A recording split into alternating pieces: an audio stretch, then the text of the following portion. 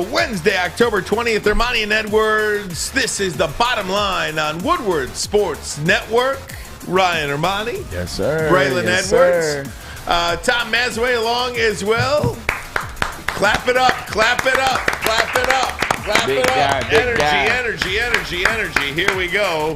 Welcome in if you're listening on 93.5 The Roar, 99.1. 94.7 HD2 FM, and of course, YouTube, Twitter, anywhere where podcasts are found.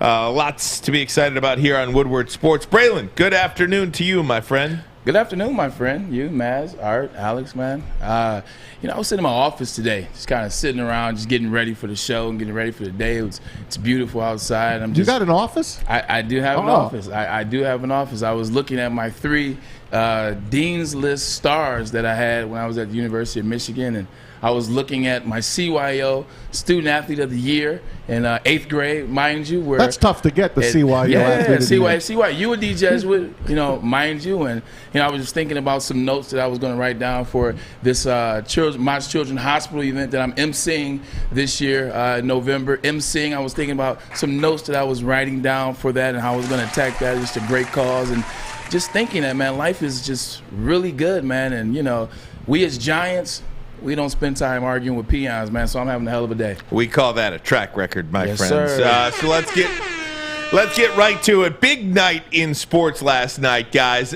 First and foremost, how about the Detroit Red Wings? They have played 3 hockey games so far. They have not lost any hockey games in regulation. 2-0-1, baby. And Lucas Raymond got a goal last night, the first of his career. First of many. And just look, it's just a couple of games that they've played, but they are a fun watch. It goes back, Braylon, to a really exciting time. We saw it with the Tigers, right? We saw it with the Tigers.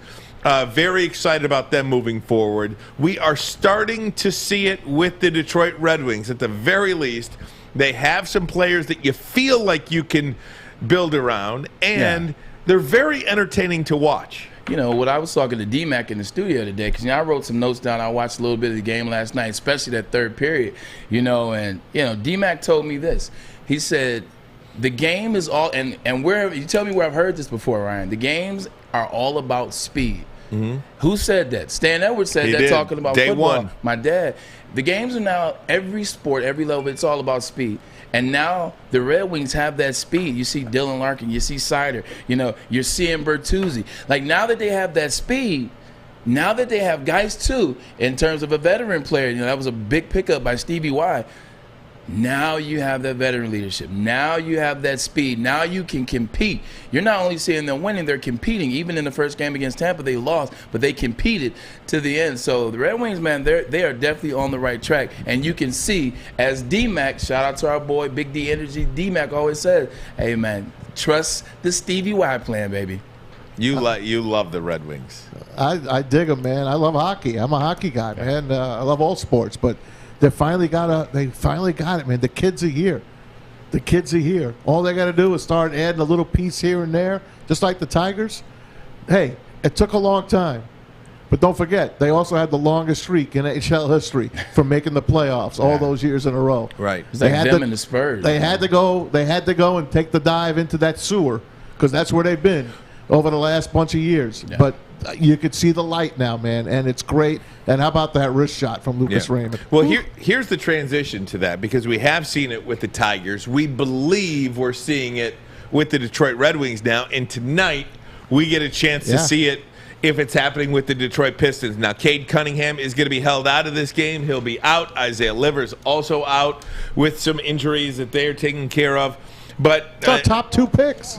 Yeah, that is our top 2 picks, but Luka Garza should see some time tonight, so that's always good. But you want to see these second-year guys, Isaiah Stewart, Sadiq Bey. Most notably for me, we didn't get to see him a lot last year because of the injury, but Killian Hayes is back. So, I mean, there's a lot to be excited about with the Detroit Pistons. Now, does it translate onto the floor? We'll get a chance to see that tonight. Yeah. Playing a good team, though. They are. You look what the Bulls have. The Bulls, they picked up Lonzo Ball in the offseason. They also picked up Alex Caruso from the Lakers. And it looks like LeBron was trying to pay a little bit of homage to Alex Caruso with the headband and the ball fade last evening. But you're excited to see this Pistons team, man. I think all Detroit sports, with the exception of one, they're moving in a forward direction. The Pistons are no different. Sadiq Bey, man, I really am glad to see him come back. Last year he was rookie. He was on the all-rookie team, first team. He's a defender. He can shoot the jump shot. We talk about Frank Jackson as well. He can shoot. Great pickup from OKC. That's your guy. It is, man. He can shoot the blood. In this day and age, Alex, tell me if I'm wrong. You guys are young guys. Everybody in the NBA, they got guys that are shooting threes from far. They got guys that are shooting from all over the court, and he's no different. I think he adds that level. He's kind of like a Wayne Ellington 2.0, but younger, faster, a little better defense, and can shoot the blood. Hey, did you see before the Lakers and Warriors game last night, they were showing Steph Curry warming up. He warms up. He shoots balls from everywhere. He's at the logo. He hit 6 in a row. Yeah, I didn't from see the that. logo. I didn't see that. Effortlessly. And he had a bad game last night. For him, still a triple-double. Hasn't had one of those in a while. But my favorite player by far. And I think the Warriors are going to be right there in the Final Four. This is a great time of year with the NBA, the NHL getting underway as well. Last night we saw the Golden State Warriors minus Klay Thompson still beat the LA Lakers. I think it might take time for the Lakers to get going a little bit. And just think about this. Steph only was 5 of 21. Steph wasn't a Steph special. Game. I mean, he still had 21 points, 10 and 10, first triple-double since 2016. But Steph wasn't Steph and no Klay, and they beat the Lakers. I am out of the predicting business, but here is my early season prediction in the NBA. Right. Jordan Poole is going to be the most improved player this year. Ooh. From University of Michigan. Still see that shot, man. Jordan Poole, baby. That shot. I mean, I'm all over him. Houston. The world champion Bucks beat the Nets last night. Yep. Blew them out, 127-104. So the Bucks picking up right where they left off. Giannis looked amazing. Giannis is working on his shot. And you saw it all preseason. Giannis was hitting the shot from the 3-ball. Giannis was hitting the mid-range jumper. Giannis is so elongated and so fast and so skilled. When he does that Euro step, I mean, he starts doing the Euro step at half court, and next thing you look up 2 steps later, he's dunking the ball. He's underneath with the reverse lay. Just really good. They just have great chemistry. Like the Brooklyn Nets didn't play terribly bad last night. They a new team trying to get in rhythm. You got to remember that Harden and KD didn't play a lot last year together, so they got to get in rhythm. And then they have a lot of new players. Like they're one of the teams that added a lot of pieces, kind of like the Lakers. So they'll be all right. But it's just that chemistry that the Milwaukee Bucks have. Like, they don't miss a beat from the first team to the second team. I don't know if there are 3 teams in basketball. Like, Noir came in the game knocking down 3-pointers as well. Chris Middleton knows his role. Like, and you'll see Giannis defer to him a lot, and I think that's what makes Giannis a really good basketball player. He doesn't just try to go out there and average 50 points, man. He could go out there easily and score 50, I guarantee you. Easy. I guarantee you he can get 20 and 50 every night if he wanted to. But he understands his role. His role is when they need me, when it's special, but I also got to get everybody involved and let them do what they do. Chris Middleton, he's a stud. At Drew Holiday, it's a tough place to play because Giannis takes so much of the attention. Soon as he starts the Euro step, everybody converges. Everybody on their team is open for wide open 3-pointers. 32 and 14 last night for Giannis. I wish Middleton was still in Detroit. He was here. Yeah. But people forget about that. He was here as a Piston. The Houston Astros score 7 runs in the top of the 9th inning last baby. night. Yeah. Karma. They beat the Boston Red Sox 9-2. That ties the series at 2 games apiece. Game 5 coming up in about 3 hours from now. That is a 5:07 first pitch. Can't wait. I tell you like this, you could just see Martin Perez's face. Like in that, you just look at his face in that 9th inning. He was trying to get out of that inning so bad. Here's another hit. Darn, okay, let me get out of it. Oh, here's another hit. Oh, here's another hit. All of this happened with 2 outs, by the way. Exact. I felt so bad for him, kind of, sort of, not really. But, man, his face was like, somebody help me. One of these curveballs work. One of these breaking balls work. He was going through it, and Houston, I mean, just look at the top. They did. That's what you want to see in the top of a lineup. That's what you want to see from your 1, 2, 3, 4 spots in both games. Oh my God, the Dodgers, their 1, 2, 3, 4 punch, it was amazing as well. Hey, they got it back on him because Nathan Eovaldi threw a strike 3. He did. Should have been out of the inning. They called it a ball. Two balls later, Jason Castro gets the game-winning RBI. Well, he wound up being, Altuve tied it up in the 8th. What a player he is. That's your guy as well, Bray. You love Altuve, and then they win it. They win it like that. It was, but I go back to Game 4 with the Rays and the Red Sox, and the Rays making that run, and they hit that double that hit the wall and bounced off the outfielder and went across, and they had to take the run back, and Tampa Bay couldn't recover from that. They tried, but here it is now. Boston fans complaining about that pitch. Hey, takes two, buddy. Speaking of not being able to recover, I don't see it happening. The Los Angeles Dodgers might as well just punch their ticket to the World Series last night, because the way the Atlanta Braves blew that game last night. They didn't blow it. The manager blew it. Oh, okay, fine. Semantics. He did. What's his name again, Maz? I'm not very good with names. Snitker. Yeah. Brian Snitker. See you, Brian. But I mean, how do you pitch to Bellinger in that spot? How do you pitch to him there? You don't. You pretend Mookie Betts doesn't exist. 4. Put the 4 up and let him walk to first. Mookie Betts, to me, outside of Shohei Ohtani, is the most talented I player. would take Mookie. If I'm starting a baseball team, other than Shohei, I take Mookie Betts. I mean, he's just... You wouldn't lose. I mean, that's a great pick. Yeah. I was talking to my boy Coco Chris last night. Coco and I Stop it. I swear to God, I said it in the group chat. He's talking about coming on the show, getting him before the baseball season, especially with Mookie playing at this level. When he was in Cleveland, I was in Cleveland, so we became friends there. And then obviously he went out to Oakland. But I forget that you're a professional athlete. You're just Braylon to me. Yeah, you know what I mean? You were pretty good. Some people around the state tend to forget that. But talking to him last night, I said, watching Mookie Betts is about the most fun I've had in terms of watching the players since you. Like, I love watching Coco Chris, and I love watching Mookie Betts as well. Cody Bellinger, I'll tell you why they threw to Cody, because they got a little bit arrogant. Cody hasn't been himself. This season he's been very inconsistent. This postseason definitely been inconsistent as well. I think they got a little arrogant, got a little ahead of themselves, and they forgot how good and how strong Cody Bellinger really is. I really wish we would have played that old Topgolf video when they were knocking it out of the park with Mike Trout 2 summers ago.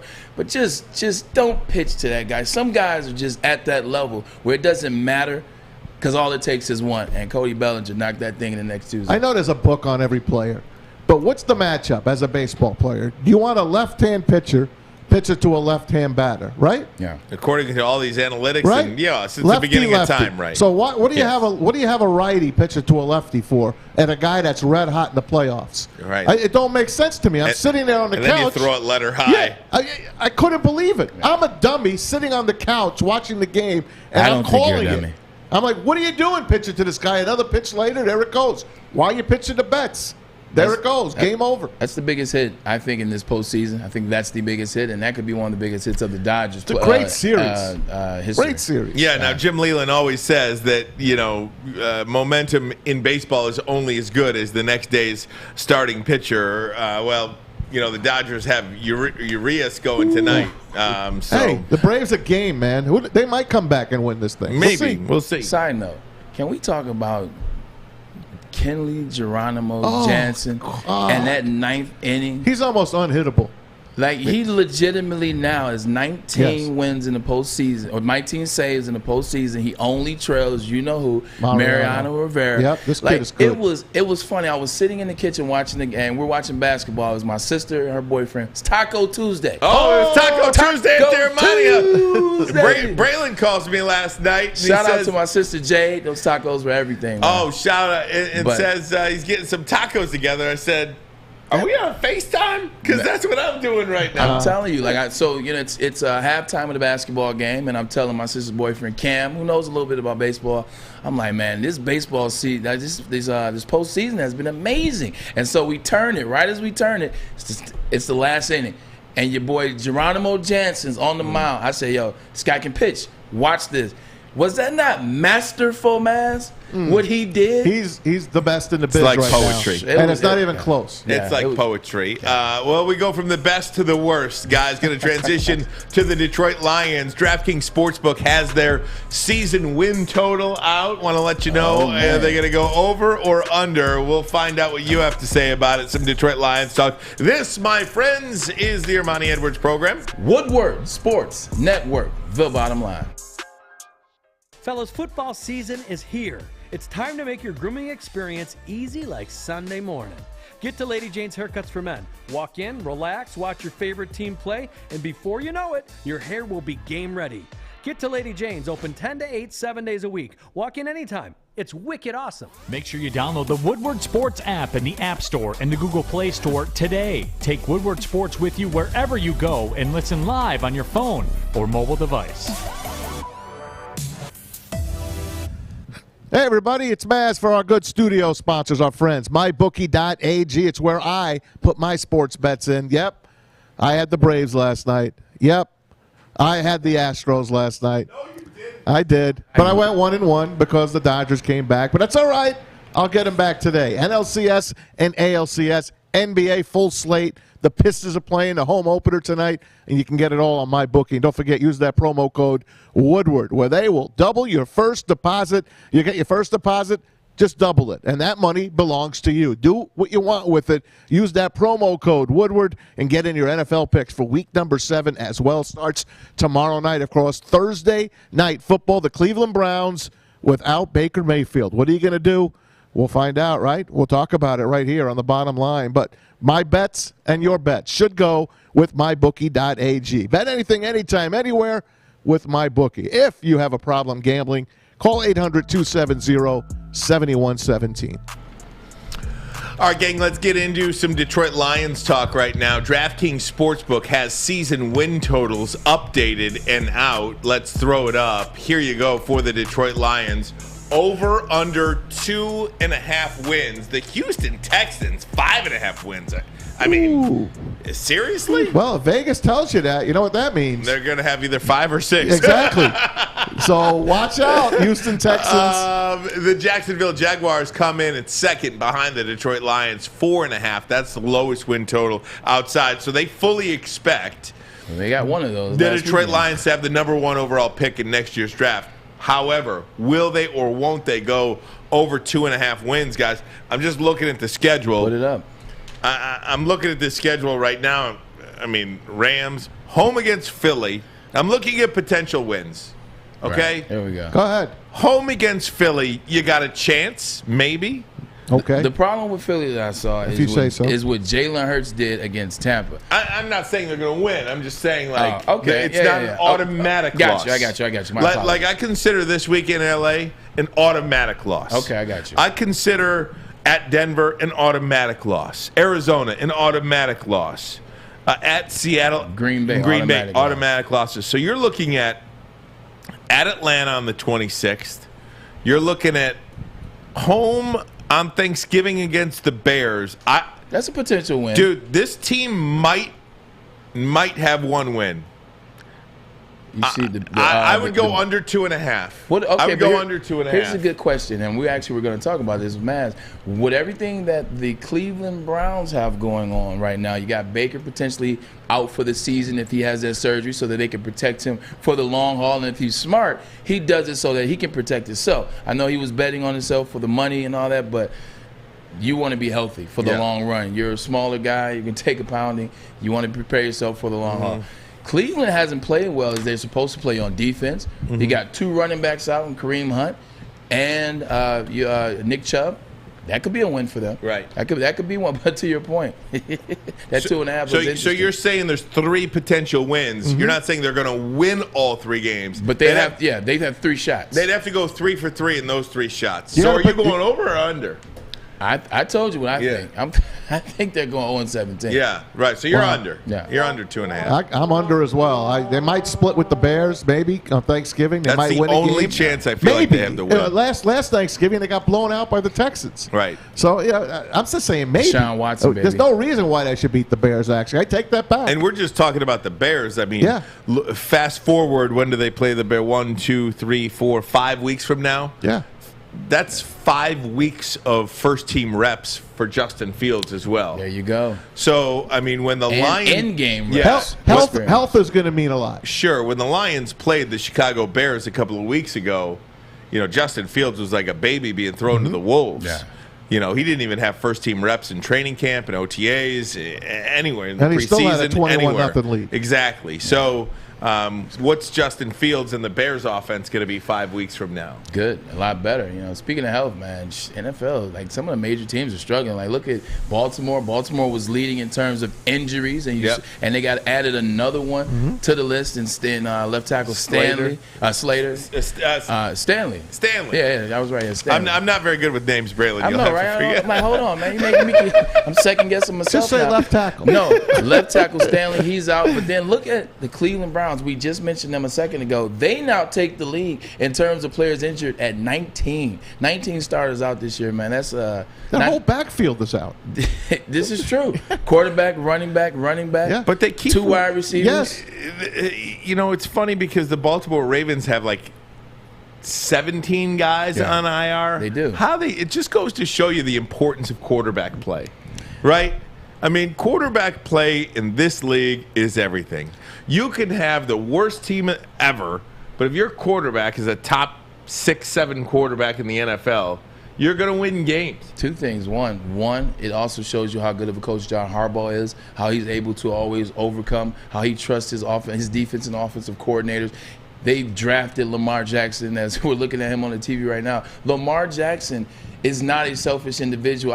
We were talking about your boy Giannis Antetokounmpo and how he's not selfish. Now he gets Chris Middleton involved and Drew Holiday involved. That's the same thing Lamar Jackson could legitimately probably run for 190 yards a game. Like Lamar Jackson could find ways to be a stat pattern and pass stats. But he finds guys, he gets guys involved. He's cool with the play calling. Like he does what he does to win games. He's there in clutch moments. Funny thing John Harbaugh says, you were talking about the running backs last week that all scored touchdowns. Devontae Freeman scored a touchdown. Blast from the past. All of these Le'Veon guys. Bell scored a touchdown. And then Latavius Murray. And then Latavius Murray scored a touchdown. All those guys were in the 2015 Pro Bowl. Right. How about that? How about that? All of them were the 2015 Pro Bowl. Now they all play Baltimore as backup. So, Le'Veon Bell, we talked about him yesterday. Wearing number 17. Shout out to number 17. That? But you talked about him yesterday, and now he's fully active. So we'll see what happens. You talk about those injuries with the Baltimore Ravens, too. And, obviously with Ronnie Stanley out, there is talk amongst fans, whether it's good or bad or no basis or not. But wouldn't the Baltimore Ravens throw the Detroit Lions a first-round pick for One of those. Taylor Decker? Taylor Decker. Thank you. You think it's worth it? I was going to say Luke Honestly, Kennard. do you think it's worth it? Oh, my God. I don't think it's worth it. Yeah. Why no. not? For a first-round pick? That's a lot. I mean, I don't know. You have 3 first-round picks. 3 first-round picks when you're terrible, like where the Lions are, they have no. This is they're worse than the 0-16 team back in 2008. We'll find out. We'll talk about that too. But if you look at this team, they are worse, and we'll get to that in the next segment. Oh, you know what? You changed my mind. I'll trade anybody on this team right now. Anybody. And everybody is expendable. Anybody. I would trade Penei Sewell right now. I would trade anybody on this team if they want to give us quantity back. There's no such thing as an untouchable on this team right now. There's just you can't construct a football team like that. There's almost no such thing as an untouchable in sport. Like you see sport, like if the deal is right.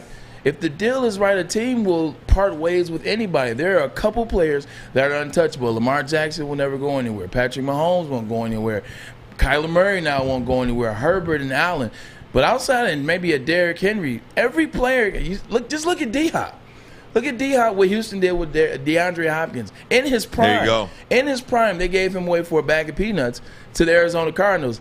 And now look at him. Exactly. So anybody's touching him. Guys, we mentioned it. Who would be a better team? Who is the better bad team? The 0-16 Detroit Lions in 2008 or this current team right now? They might not win a game.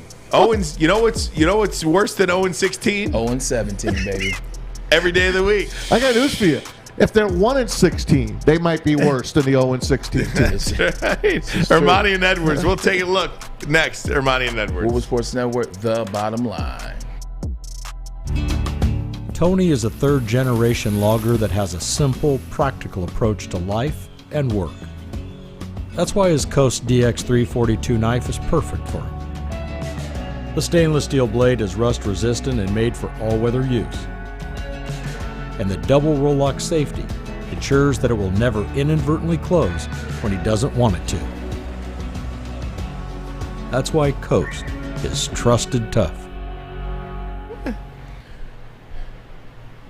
Start a new career in an industry that is always essential. That's right, ladies and gentlemen, the heating and cooling industry. Learn more today by visiting northwesterntech.edu. northwesterntech.edu. All right, gang. So we threw it out there. Maz, I got to give you credit for this. Scotty G on the Woodward Bet Show as well. He has installed the 2008 Detroit Lions as a 6-point favorite against the 2021 version of the Detroit Lions. So clearly stating that the 08 team is better than the 21 team. I actually said in our text, I'm like, I think they'd be a 4 to 6 point favorite. And then Scotty G writes me back, I got it down, Maz. It's 6. Like it was. So I'm pretty not bad. I'm patting myself on the back on that one. And guess what? I'm giving the points. Yeah. With the 08 team. Yes. It's hard to argue. Let's see it, Alex. Let's go a little bit by the positions here. If you look at the 2021 Lions defense trying to defend the 2008 Lions offense, that offensive line with Jeff Backus and Dominic Michigan. Raiola. There you go. Remember Gosder Cherilus? Of course. Oh my gosh, He's friend of the program. That's a good team. Look at that 08 team. We'd give anything to have that 08 team right now. I told you. That's a 4-win team in 21. Yeah, but the problem is you got Dano at quarterback with 8 and 8, 8 picks, 8 interceptions, just under 1,700 yards passing. I don't know. Obviously Calvin Johnson, you look Calvin's unstoppable. I think he had 1,300 yards rushing that year, if I'm correct. He had 12 touchdowns or so. Not a bad sophomore campaign by him. But I'm telling you, man, I think the quarterback play is better on the 2021 team. Like I look at this, the quarterback play is better on the 2021 Goff. team. Yes, I'm taking Goff over Orlovsky in 2008. I'll take Culpepper. I'll put Culpepper in the game. Culpepper had 4 touchdowns, 4 interceptions. I'm putting him in the game anyway. He could run. The Jared Goff hasn't thrown a touchdown past the first half all season. And he fumbles. But hearing where Jared Goff can have some success, that defense was terrible. Like obviously you had Ernie Sims. You had Sims and remember Ernie Sims? Yeah, Sims and Paris Lennon. I think Paris Lennon and Sims, they both had 100 tackles, a little over 100 tackles. Outside of that, not a lot of interceptions. They did not get to the quarterback all season. I think 2 sacks is the most by anybody. They couldn't get to the quarterback, which helps out the Detroit Lions. I'm telling you. I would take the 2021 team over the 08 team. You mean that it wasn't Ikeka Alama Francis, the second-round pick, the second coming of Reggie White? Allegedly. Hey, I got Cliff Averill, Ernie Sims, Daniel Bullocks, Corey Redding.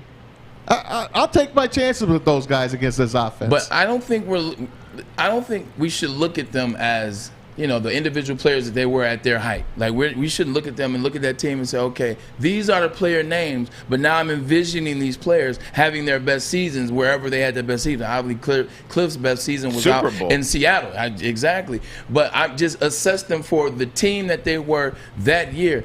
The Detroit Lions have played well on defense in spurts this year, and they've had some moments on offense. I think they've done enough in the beginning of this year when healthy. When guys are healthy, we obviously bring back a core, bring back Penei Sewell, Taylor Decker. When they're healthy, I think I take them over those guys. You look at what the 2008 team did. They were struggling. They got whooped by a lot of teams. And they legitimately were allowing teams with 34, 31, and 38 were the magical numbers. 9 of those games, those were the points put up on them by teams in the NFL. Listen, you could put any quarterback you want from the 08 team on, Orlovsky. I would put Kitten on that. I would start Kitten, to be honest. All right, let's put Kitten in there, okay? Kitten was okay. Yeah, I like okay. Kitten. Here's what Kitten's going to Kitten. do. He's going to be in the shotgun. And the offensive line was pretty good. Right. They're going to snap him the ball. Dominic Raiola's going to snap him the ball. It's going to be a good snap. It's not going to be a bad snap like against Tennessee, but it's going to be a good one. And guess what? He's just going to throw a little ball up to Calvin Johnson every single play against this team. Who's stopping Calvin Johnson on the 2021 team? A.J. Parker. Come on, man. Man, chill out. Come on. Really? Who's stopping Nobody. him? Nobody's Yeah. stopping him. Nobody. That's the problem. That's why it goes back to trying to get all these picks. If you got an opportunity with the Baltimore Ravens to trade your left tackle for a first-round pick and maybe something else because Ronnie Stanley's out, why not? Like why not? You know, I mean, I'm all for it, man. There's nobody that's untouchable on this team. I mean, nobody. you essentially have to treat your franchise like it's a expansion franchise. Yes. The only problem with that is when you're an expansion franchise, you do get a piece here and a piece there from other franchises. You don't get any pieces. You're starting literally from scratch, zero. Right. Nobody. I mean, This ain't the NHL where they stock your team, let you stock your team. like The Las NFL, Vegas, Vegas. Exactly. Golden Yeah. Knights or whatever. I Yeah. mean, they made it to the finals in their second year of existence or something. Yeah, like a lot that. of fans were mad about that, and NHL fans, in terms of they gave them all that. That's not typically what you do. And when you get an expansion team, they have to build their way up. Only people that actually do that were probably the Las Vegas Knights and the Jacksonville Jaguars. Hey, To have don't forget success the that Jags fast. and Panthers both made Both of them it made to the playoffs. championship games the same year in their second or third year Yeah. of existence. You know, And go ahead. it's so hard to go unbeaten, or excuse me, to go winless Yeah. in the National Football League. It's nearly impossible. We know it's not impossible Somebody because the figured that Lions out. have done it. But is there a point on the schedule where you look at the schedule and you say, you know what?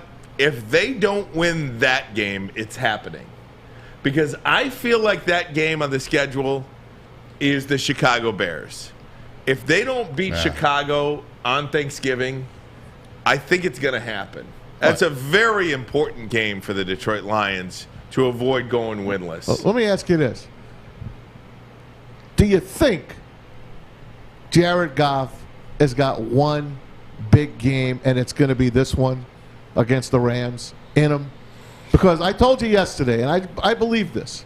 The guy's come here, he's damaged goods. When you get passed up, I'm just going to tell you about my kid. My kid got put on the wait list for the University of Michigan. She wanted to go to Michigan.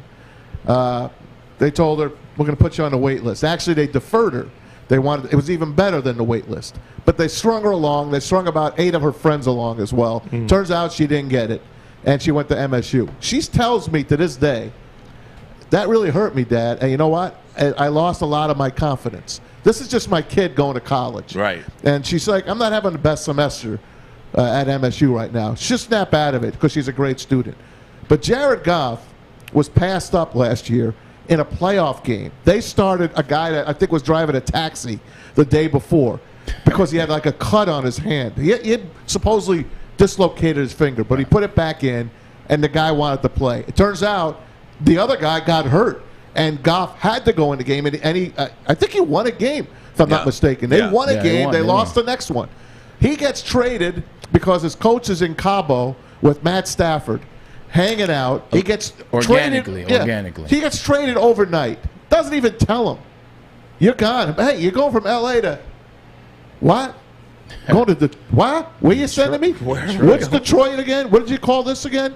Hell. This is purgatory. This is purgatory. Or hell. This is NFL purgatory. Yeah. So the guy comes here damaged goods. Now you have a whole new coaching staff. You have no receivers.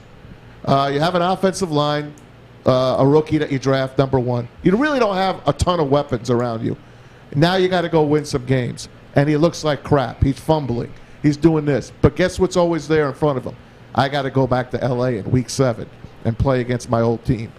Tell me that doesn't stick in his head a little bit all this time. So your daughter's not the only one. My sister got waitlisted at the University of Michigan too, got denied, and ended up going to Seton Hall and transferred to Michigan State. So don't feel bad. They don't like anybody in Ann Arbor anymore.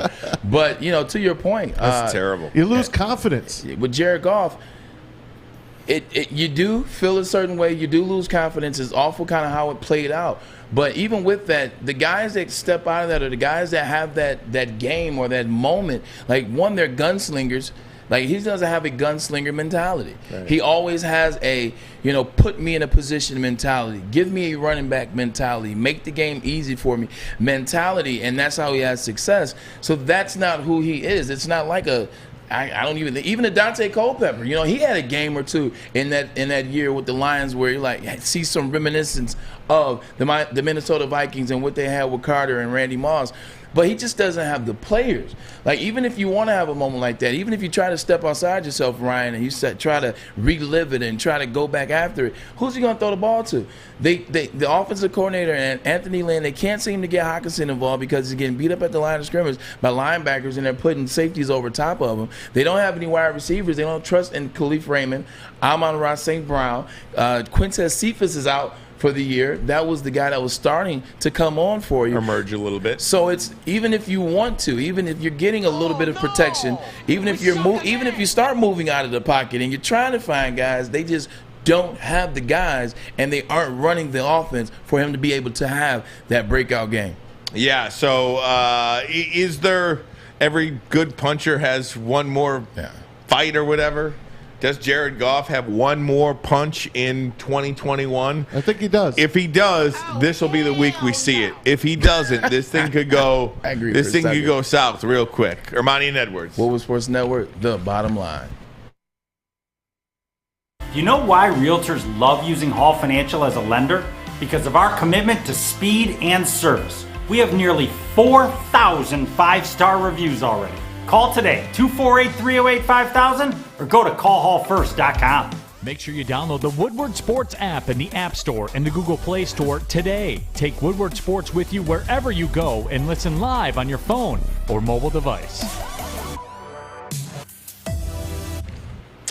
Hey, gang, want to tell you about Lady Jane's Haircuts for Men. We like simple stuff. Football 5 days a week. You know it. We're getting ready for some. Actually, there's some football tonight. 6 days a week we want some football. Yes, there is. A little Coastal Carolina action on the board tonight. That's right. Walk in, sit down, walk in, sign in, sit down here at Lady Jane's. Open from 7 days a week from 10 a.m. to 8 p.m. You can walk in anytime. Best ability is availability. We are available here at Lady Jane's 7 days a week, 10 to 8. It is wicked awesome. Wicked awesome. I don't feel that at all. I mean, I feel like really I feel like every Wednesday he's coming in locked in, ready to go. Like new week, and he's no different than anybody else, man. He doesn't like to lose, and he gets frustrated, like we all do. And but man, when Wednesday hits, and you can feel it today, man, he's out on a mission. He's got to get us in the right play, so he's got a lot to study. But it's stuff that he can handle, and it'll maximize what we think we do best against these guys offensively. But no, I feel like he's locked in, ready to go. Nothing different. So is there a chip on Jared Goff's shoulder? How can you not have a chip if you're Jared Goff, right? Like, he seems like super nice guy. He just seems like an all golly gee, we're gonna get it together kind of guy. He does seem that way. All golly gee, we're gonna really turn this thing around, and we're gonna keep working hard kind of guy. What if he's this hardcore like badass behind like closed doors? Like what if he's not like that behind closed doors? That's a great thing though, Braylon, you just said, because he's like playing Fortnite. He's like, man, get him! Like, don't you need that? Yeah. I mean, every great team, every great business needs that badass. You do. That just kind of comes in and says, look, you know what I mean? Like, LFG. Yeah. Let's go. This is real. You know? But the problem is we don't have that. You can want to do that. Now, going back to your question, yes.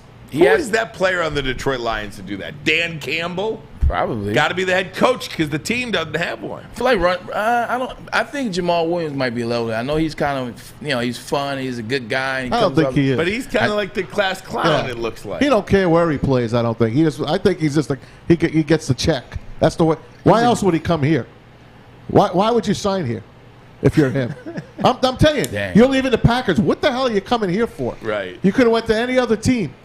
Because he knows it. Maybe it's, I don't know. Because they paid him the most. Exactly. But to your point, yes, everybody should have a level of chip on your shoulder. If he doesn't have a chip on his shoulder after the way in which it went down with the Los Angeles Rams, Sean McVay kind of trading him in the middle of the night, then there's something wrong with him. Then there's something off and he doesn't need to play football. You have to approach things certain ways. If somebody just in the middle of the night told me, hey, you know what, by the way, we traded you, after already not showing me that they have faith or confidence in me, like I would be pissed. And then I would look at the schedule and I would see it. Oh, yeah, right here, week 7. There we go, the Lions versus the Rams. Circle. I would fight all summer, all off season, all training camp just for that game. I would be ready. I would be mentally prepared. I would do everything that I had to do. You would have to have a chip on your shoulder. If you don't have a chip on your shoulder after a way in which you went down like that and you get a chance to play him the same year you got traded, then this game's not for you and maybe sport's not for you. Hey, when he got traded here from L.A., he came here. He didn't know anything about Detroit. I can tell you, we saw him walking around in Birmingham here a few times when he first came here with a bodyguard. Okay, who the hell walks around Birmingham, Michigan, with a bodyguard? So he comes here. He didn't know where the hell he was going. He had heard the stories. Yeah, I mean, so he saw 8 Mile. I don't know. You can walk around with a bodyguard now because Lion fans might want to come after you. But no one even know who the hell you were when you came here. You're just some blonde-haired guy with a beautiful girl on your arm and a lot of money sticking out of your pocket. But that says a lot. You know what that says? That says a lot about how the perception of Detroit is. Like when you see movies, when you hear about the crime rate, when you hear about the local news and the way in which they portray all the shots that analysts take about Detroit and moviegoers and comedians, Dave Chappelle and Cat Williams and Kevin Hart, they take shots. That's the perception of Detroit. So when you think Detroit, you don't know anything about the outskirts. You don't know about, actually, you don't even know about the beauty of Detroit, but you don't know about the Birminghams. You don't know about the West Bloomfields and the Bloomfields and the Southfields and the Rochesters and the Troys and the Grosse Points and off the water and the beauty of the lakes that we have. You're like, everything is Detroit. All of this is Detroit. And I saw 8 Mile and I know how it goes down. Isn't that something? Yeah. That's real. He didn't know what he was coming into. I can't even fall for that. No, and if you've never been here before, California kid, he's spent his whole life in California. He's like, I'm going to Detroit, Michigan. What's the rate on bodyguards there? Like, even Chicago. Come on, man. Even Chicago. It's kind of funny, but it's not. Even Chicago, you hear about all the Chicago is the murder capital of the United States of America. South Side, the North Side, the Lower Side. But at least in movies, you do see Lake Michigan. You do see the Willis Tower in downtown and Michigan Ave and Soldier Field and the museums. So you know that there's that element in Chicago. It's like, oh, well, no, I know I can stay downtown. I don't have to go out there. Here you think everything is Detroit and everything is violent. Right. And Detroit might be even a little bit safer than Chicago right now. Much more safer. I mean, not only with the shootings, but the carjackings that happen in Chicago right now. I don't know if anybody listening has friends in Chicago, man. Have them tell you about all them carjackings that are happening in downtown Chicago. By the way, I ate at El Barzone the other night. I'm not giving them a plug, man, but it was one of the best meals I've ever had. And you give them a they've plug. got Mexican. They're Mexican, but they cook Italian as well, and they make their pasta there. I mean, where do you ever go to a Mexican restaurant and you can get the finest Italian food? I was shocked. That's one of the reasons why awesome. P.F. Chang's is still a conundrum to me. P.F. Chang's is one of the best Asian franchises, and there's no Asians cooking in the kitchen. There's no Asians cooking in the kitchen. That's the worst. If you go to a restaurant, you want authenticity. Right. You're like, it makes sense. Little Flemings. There was Paul Fleming. Is that his name, or Peter Fleming? Paul Fleming, I think it's Peter Fleming. Fleming Steakhouse? Yeah, He's Fleming Peter Steakhouse. Yeah. That's what the PF is. I didn't know that. And PF All Chang's. Oh, wow, There you just you go. educated I me. didn't know That's that. Look at you. mind blown. Look at that. Wow. That's what the PF is. I might start calling you more often, man. What is this? What does this stand I'm a for? foodie, man. I know all about the food. Okay, I didn't get up to 230 for no reason. 230, not bad. No, well, I'm down to 220 by Not a the boy. way. Look at this guy. I'm looking good at 212. Is that your fighting weight? Oh man, You're a cruiserweight at you 212. should Is that the see- Grosse Pointe South? Oh, Is that the man. Grosse Pointe South, Ryan? If I could get down now, I woke up this morning. Woo! I'm at 220 now. Okay. Okay. Hold I on. woke up Look, like this. Look, Look. I'm at 220 Okay, now. I see. You disappeared. You got to turn back face on. You disappeared. Oh yeah, at 212, Forget about it. I got nothing to say to you. Forget about it. 212. It's real good. It's real good at 212. But yeah, Okay, guys. So we'll okay. see. Look, I want Jared Goff to succeed because I think there's going to be one more year in which the Detroit Lions are gonna. Is Malik Willis the guy? I don't know if he is. Yeah. Are you gonna draft him number 1 overall? Or No. are you gonna take the defensive end Desmond from Oregon? Ridder.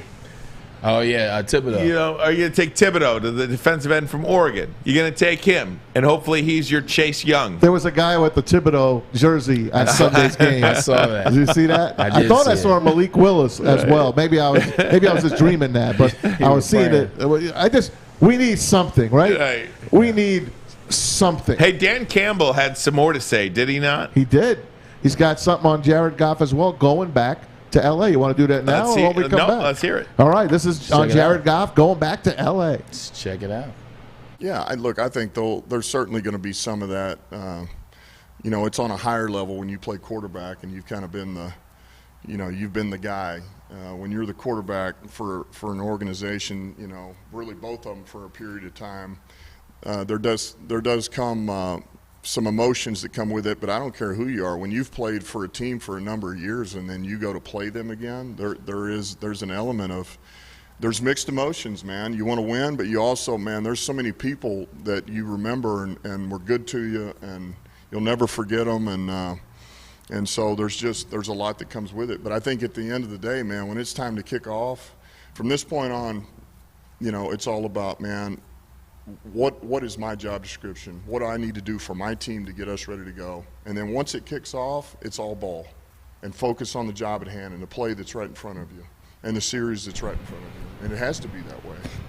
And it's funny because that's exactly the quote that Matthew Stafford said that we talked about earlier this week about once that ball is kicked, it's all ball. Sure all it that is. other stuff goes out the window. It I don't does. who you're playing, all the friends you got on the other side, it doesn't matter. It is all ball once that ball gets kicked. The interesting thing about playing a former team is it doesn't matter what your experience was. It's kind of like Dan Campbell said, but I'll expand on it a little bit.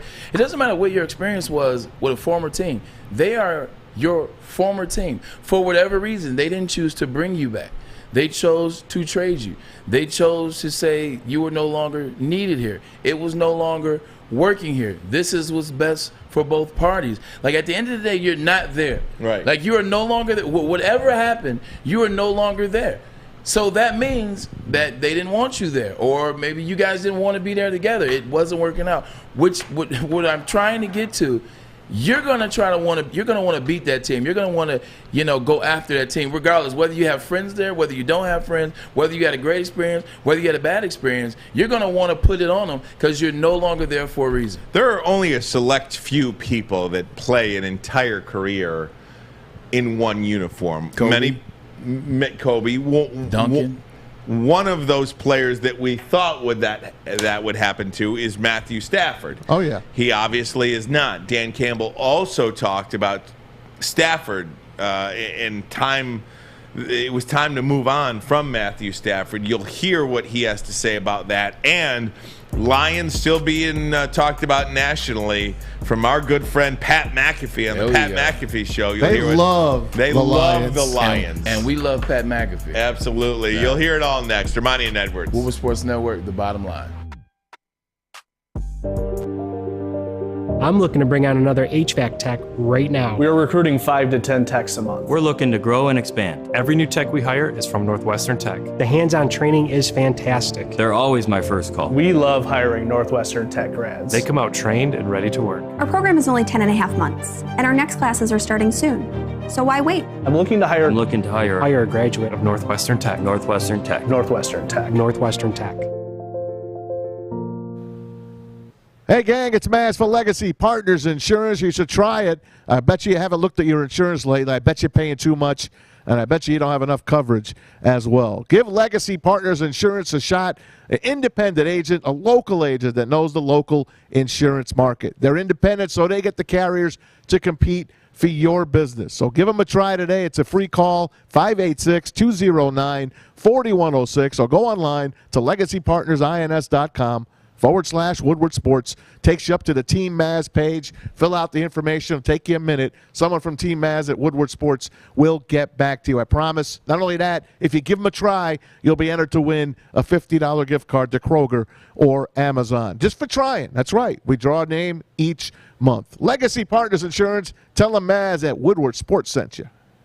To me, it was. I think it was very evident that he was. It was time, and I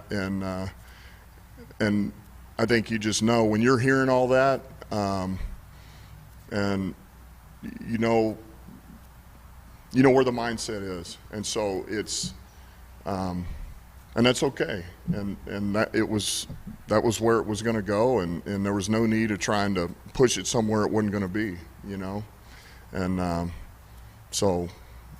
Both parties, we made the move that we did. He handled it like a pro, and he's doing a great job out there right now. And unfortunately, we got to face him now. So, yeah, it's one of the worst parts about doing a trade is ultimately playing those guys, see him right? at some point. But it was time for the Detroit Lions to move on from Matthew Stafford, and for Matthew Stafford, it was time for him to move beyond the Detroit Lions. Sometimes trades are really ugly.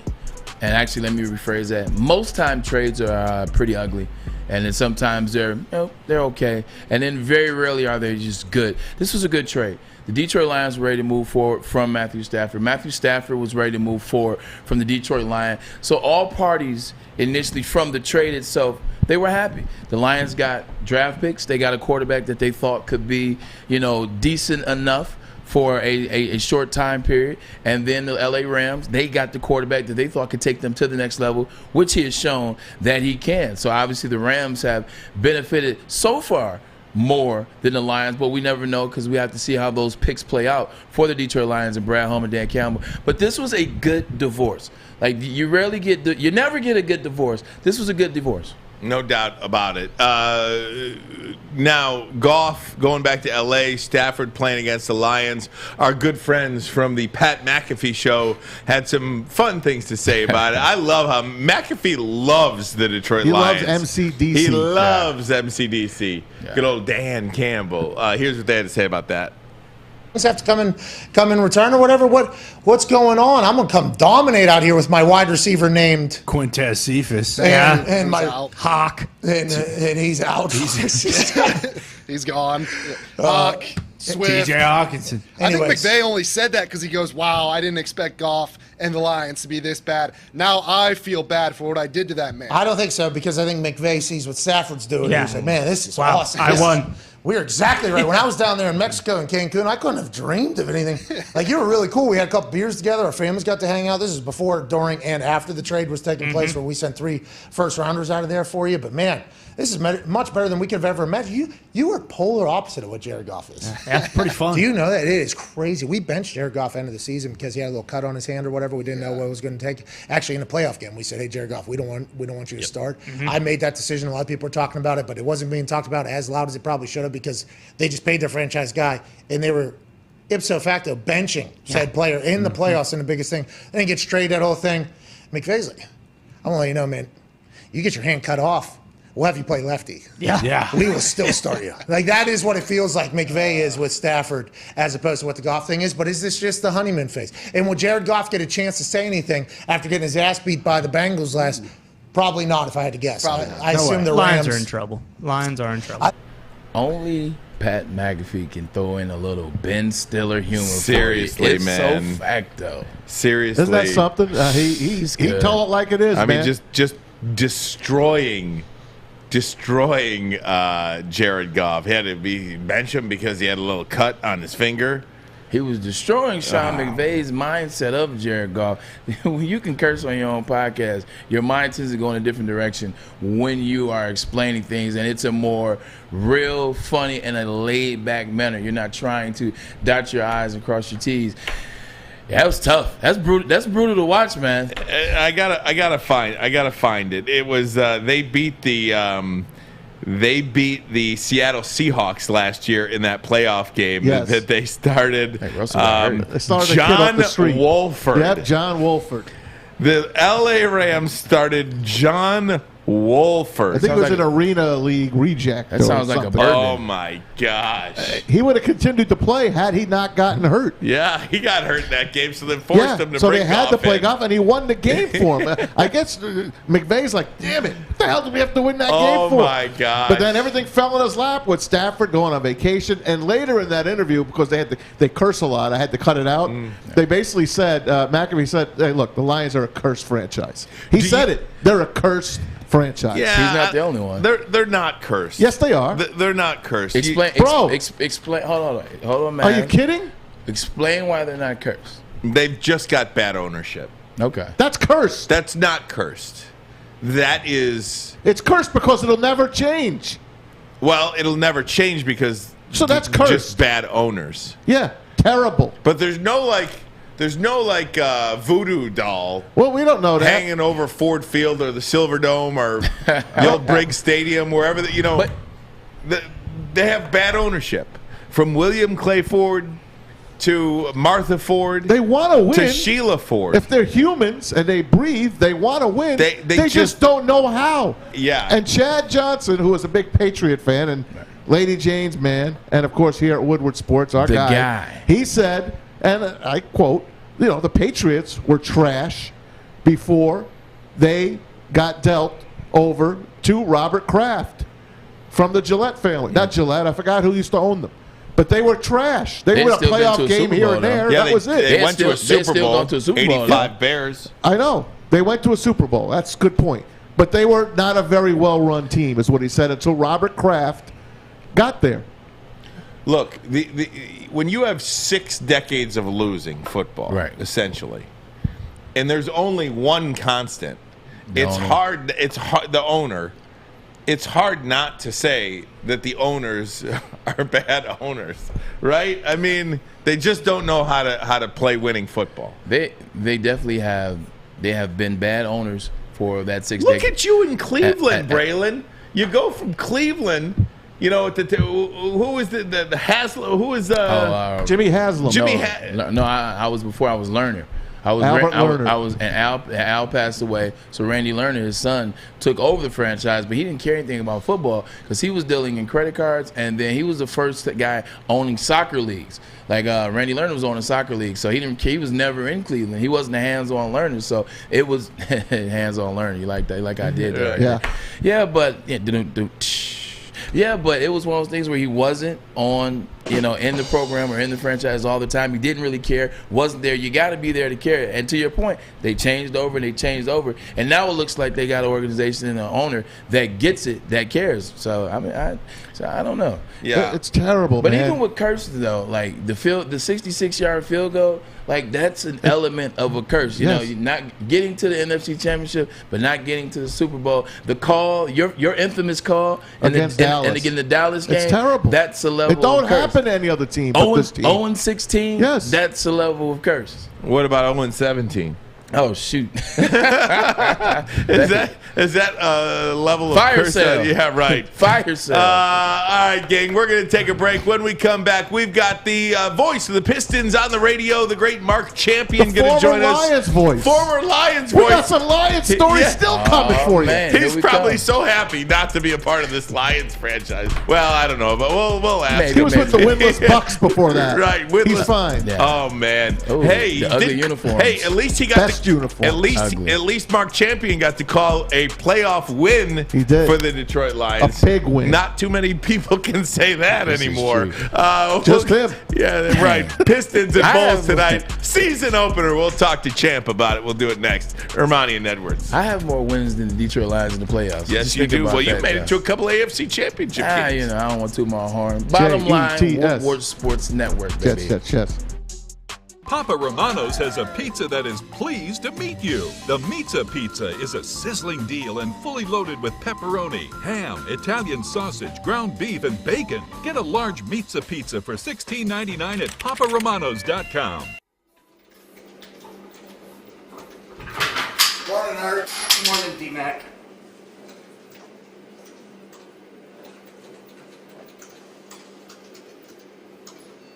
Make sure you download the Woodward Sports app in the App Store and the Google Play Store today. Take Woodward Sports with you wherever you go and listen live on your phone or mobile device. Hey, gang, you know this, that offense wins games and defense wins championships. Don't you want to be the championship defender of your home? Well, in order to do that, you're going to need Guardian Alarm's help. Guardian Alarm gets it. They've been your local security experts for over 90 years. They've got 24/7 local monitoring. They also have convenient features that let you check in on your home, control your lights, your temperatures, lock and unlock your doors. They're even going to detect smoke and carbon monoxide. Ooh, we get in on this. You can go home today and say, honey, I'm going to be the championship defender of the home. All you got to do in order to get started is a simple number to call. 800-STAY-OUT. That number again, 1-800-STAY-OUT. Stay out of my house. Guardian Alarm, your local security experts. He is the voice of the Detroit Pistons on the radio. The great Mark Champion joins us in advance of the Pistons and Bulls season opener tonight. We are so excited to talk Pistons basketball with you, Mark. Thanks so much for the time, but I got to ask you a quick Lions question if I could. Here we go. There we go. Right off the bat. Hey, before you ask me that question, I do have to say this. With Tampa Bay, I began in 1979. I was not a part of the old 26. Sorry, my first year with the Buccaneers, we went to the NFC Championship game. 9-0. 9-0 to the Rams. Doug Williams was our quarterback. Leroy Selman, the great late Leroy Selman in the Hall of Fame, was our star defensive player. So I was not a part of 0-26. Just sorry, that. MC. Sorry. Mark, what's going on, buddy? Long time no see. Remember, had a great time doing now you got me stuttering thinking about it, man. The broadcast boot camp there in Philadelphia, man. Well, I was right outside of Philly a couple years ago. How fun was that? Oh, I enjoyed doing that. I'm not sure they're doing it anymore because of all the COVID issues, but I had a great time with that. Worked with a lot of guys who are now doing games for the Big Ten Network or for ESPN or for wherever it might be. So a lot of fun. It was my connection. My remaining connection to the NFL, so that was a lot of fun. Yeah, no, and you were good. By the way, you were good. I knew you'd get into this business. I really appreciate that, man. And it was you actually helped me because, when you're at the broadcast boot camp, Ryan and Maz, they don't just allow you to do the area that you think you want to go in or the area that you may know a little bit about. They make you do color. They make you do live read the prompter. They make you do radio. They make you do it all. And I was a little bit nervous. We were reenacting the AFC Championship game between the Denver with Peyton Manning and the Patriots and Tom Brady, and I said, I'm a little nervous. He said, hey, you're a Detroit guy. You'll do just fine. And so I really appreciate that, Mark. And here we are.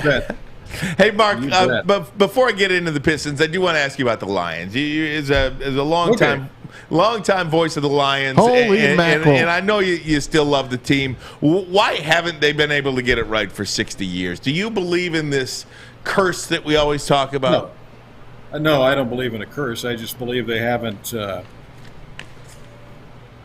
in charge all the time. They haven't brought in the right players. I think that's obviously what's going on right now. Certainly with the previous regime, they just didn't make good choices. And so I think that's it. more than anything else. They've had some good players. We had some good runs during my period of time. 1991, went to the NFC Championship game, and you were in the salad days. even when Scott Mitchell was quarterback, he had a couple of years where he put up some big numbers offensively, and so it's just you got to have players. I mean, Braylon knows that you got to have players. It comes down to players. You can say ownership, but they spend the money, and it's not like the old days in the NFL where owners could be said to be cheap. That's not the case anymore. They spend the money. They have a cap. They spend the money. And it comes down to putting the right people in place to bring in the right players. All right, getting into the Pistons game tonight, and the Pistons season, really. It's a big season. I think a lot of people started paying attention last year, Mark, and a very entertaining young group. Hoping to take that next step this year. What do you see? How excited are you for this group this year? Now, I know Cade Cunningham's going to be out tonight, but there is a lot of excitement surrounding the Pistons franchise, and this excitement kind of hadn't been there in a little while.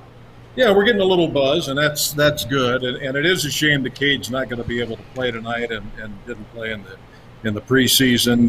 I don't know how much that'll set him back, but he clearly is going to be an outstanding player once he gets on the floor. And I think they just want to make sure that he's okay. We're going with what they're saying, a right ankle sprain, and hopefully it's nothing more serious than that. So, perhaps he'll be back sooner than later. We have a 3-game road trip after this game that I will go to Chicago and then to Atlanta and Philadelphia. So, I kind of like this team. How many wins they're going to get, I don't know. I've seen the numbers.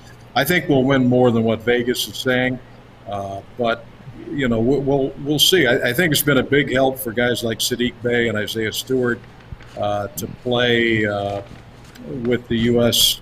national team, and for Jeremy Grant to play in the Olympics and play together. They got a lot of minutes. I saw a figure where I think the Pistons were in. Their rookies last year accounted for something like 28% of their offense or something. And so the young fellows are getting a lot of work, and it's going to eventually pay off. Hey, Mark, you went exactly in the direction that I wanted to go in. I want to talk about the young talent of the Detroit Pistons, talking about obviously drafting Cade Cunningham this year. You look at what Sadiq Bey was able to do last year as a first-team all-rookie. You look at Jeremy Grant. You look at Luka Garza. You look at the pickup of Frank Jackson. I'm high on him. He's a shooter. I like him being able to shoot the blood, come off screens. Talk about Troy Weaver in that front office of the Pistons. It seems like they're getting it right, and they're moving this Pistons franchise and organization into the right lane, and I'm really excited about it. Well, it's been amazing what Troy's done. I mean, he came in, he didn't waste any time. There's nobody left from the team that he inherited. They're all gone, and he's brought in better talent, deeper talent, and he's not afraid to continue to do that. Who knows if this roster the team has now will be the same roster come trade deadline. We just don't know. But I like the players. You mentioned Frank Jackson. Frank has played extremely well. Josh Jackson has played well. I saw where Troy said that Sadiq Bey has really stuck out to him as stepping up his game. So we'll see. They go against a team that I think is going to be pretty good this year, Chicago. They went out, spent a lot of money, brought in some high-level talent, and turned their roster over as well. So we'll see. It'll be a good home-and-home match for them. Hey, Mark, it's Maz. Make sure you say hi to Swirsky for me tonight. Chuck Swirsky, the great voice of the Chicago Bulls. I've been talking to him, and he's will not be there tonight. He's got some leg issues, so Stephen Bardo is going to work with Chuck, the former Illinois player. All right. Hey, I wanted to get in Ben Simmons. I know by now everyone has seen what's happened in Philadelphia, how basically – they kind of dissed the kid last year after the playoffs. No one really came to his rescue. Doc Rivers wasn't really kind to him. They asked about him. Can he play on this team? He's like, well, I really don't know. Then the kid shows up this year. He's in sweatpants. He's got a phone in his pants. They tell him to run a couple of defensive drills. He says no. Doc says go home. The kid goes home. He gets suspended. Hell no. Under all of that, Not good. This kid's a talented kid, man. he needs a change of scenery. Do you see him fitting in with this Piston team? I will leave that up to the people who are paid to do that sort of thing. I would just say you are correct. Obviously, he is a talented player, but whether he can stay in Philadelphia, I don't see how he can. I mean, especially Joel Embiid made some comments even last night. That's over. Night, I think. So I can't see how he can play there. I don't. But the problem is, what will Philadelphia be willing to take for Ben Simmons, and that's the issue. But I don't see how he can stay there. It's a sad situation because he's got some terrific talent. He does have some drawbacks, obviously, but who doesn't? Talking to Mark Champion, radio play-by-play voice of the Detroit Pistons. Mark, I wanted to ask you about Killian Hayes. So much attention being put on Cade Cunningham, but what about last year's first-round pick? We really didn't get a chance to see him last year. What kind of have we seen with him throughout preseason, and what is his floor this year? What is his ceiling this year? Well, it was a shame. You hit it right on the head that he missed all that time. He wasn't able to compete in Summer League or maybe even the G League, get some work there. He just didn't play. And then he got the hip injury. So we really don't know what his ceiling is going to be. Troy said that he thinks Killian has stepped up this year, so they're happy with that. His situation's a little bit like Ben Simmons in that he does have to shoot the ball better. So that's what he's worked on in the offseason. And we'll see. But he's a very good defender. He's very long, a long player, and a good defender, a good passer of the ball. Now he's just got to learn how to finish at the rim. He's got to learn how to shoot, and I think that'll come with playing time. So I'm glad he was a little banged up too during preseason. So I'm glad to see he's good to go. Yeah, great stuff. And we're looking forward to a fantastic season. And the NBA as a whole, there's so many storylines in the NBA right now, Mark. Oh, I mean, we haven't even talked about Kyrie Irving. Man. Well, let's go there real quick. What? How do you see? He should get a vaccination. That's what I think. I've had both vaccinations. I've also had the booster shot. So right. I feel it's the thing to do.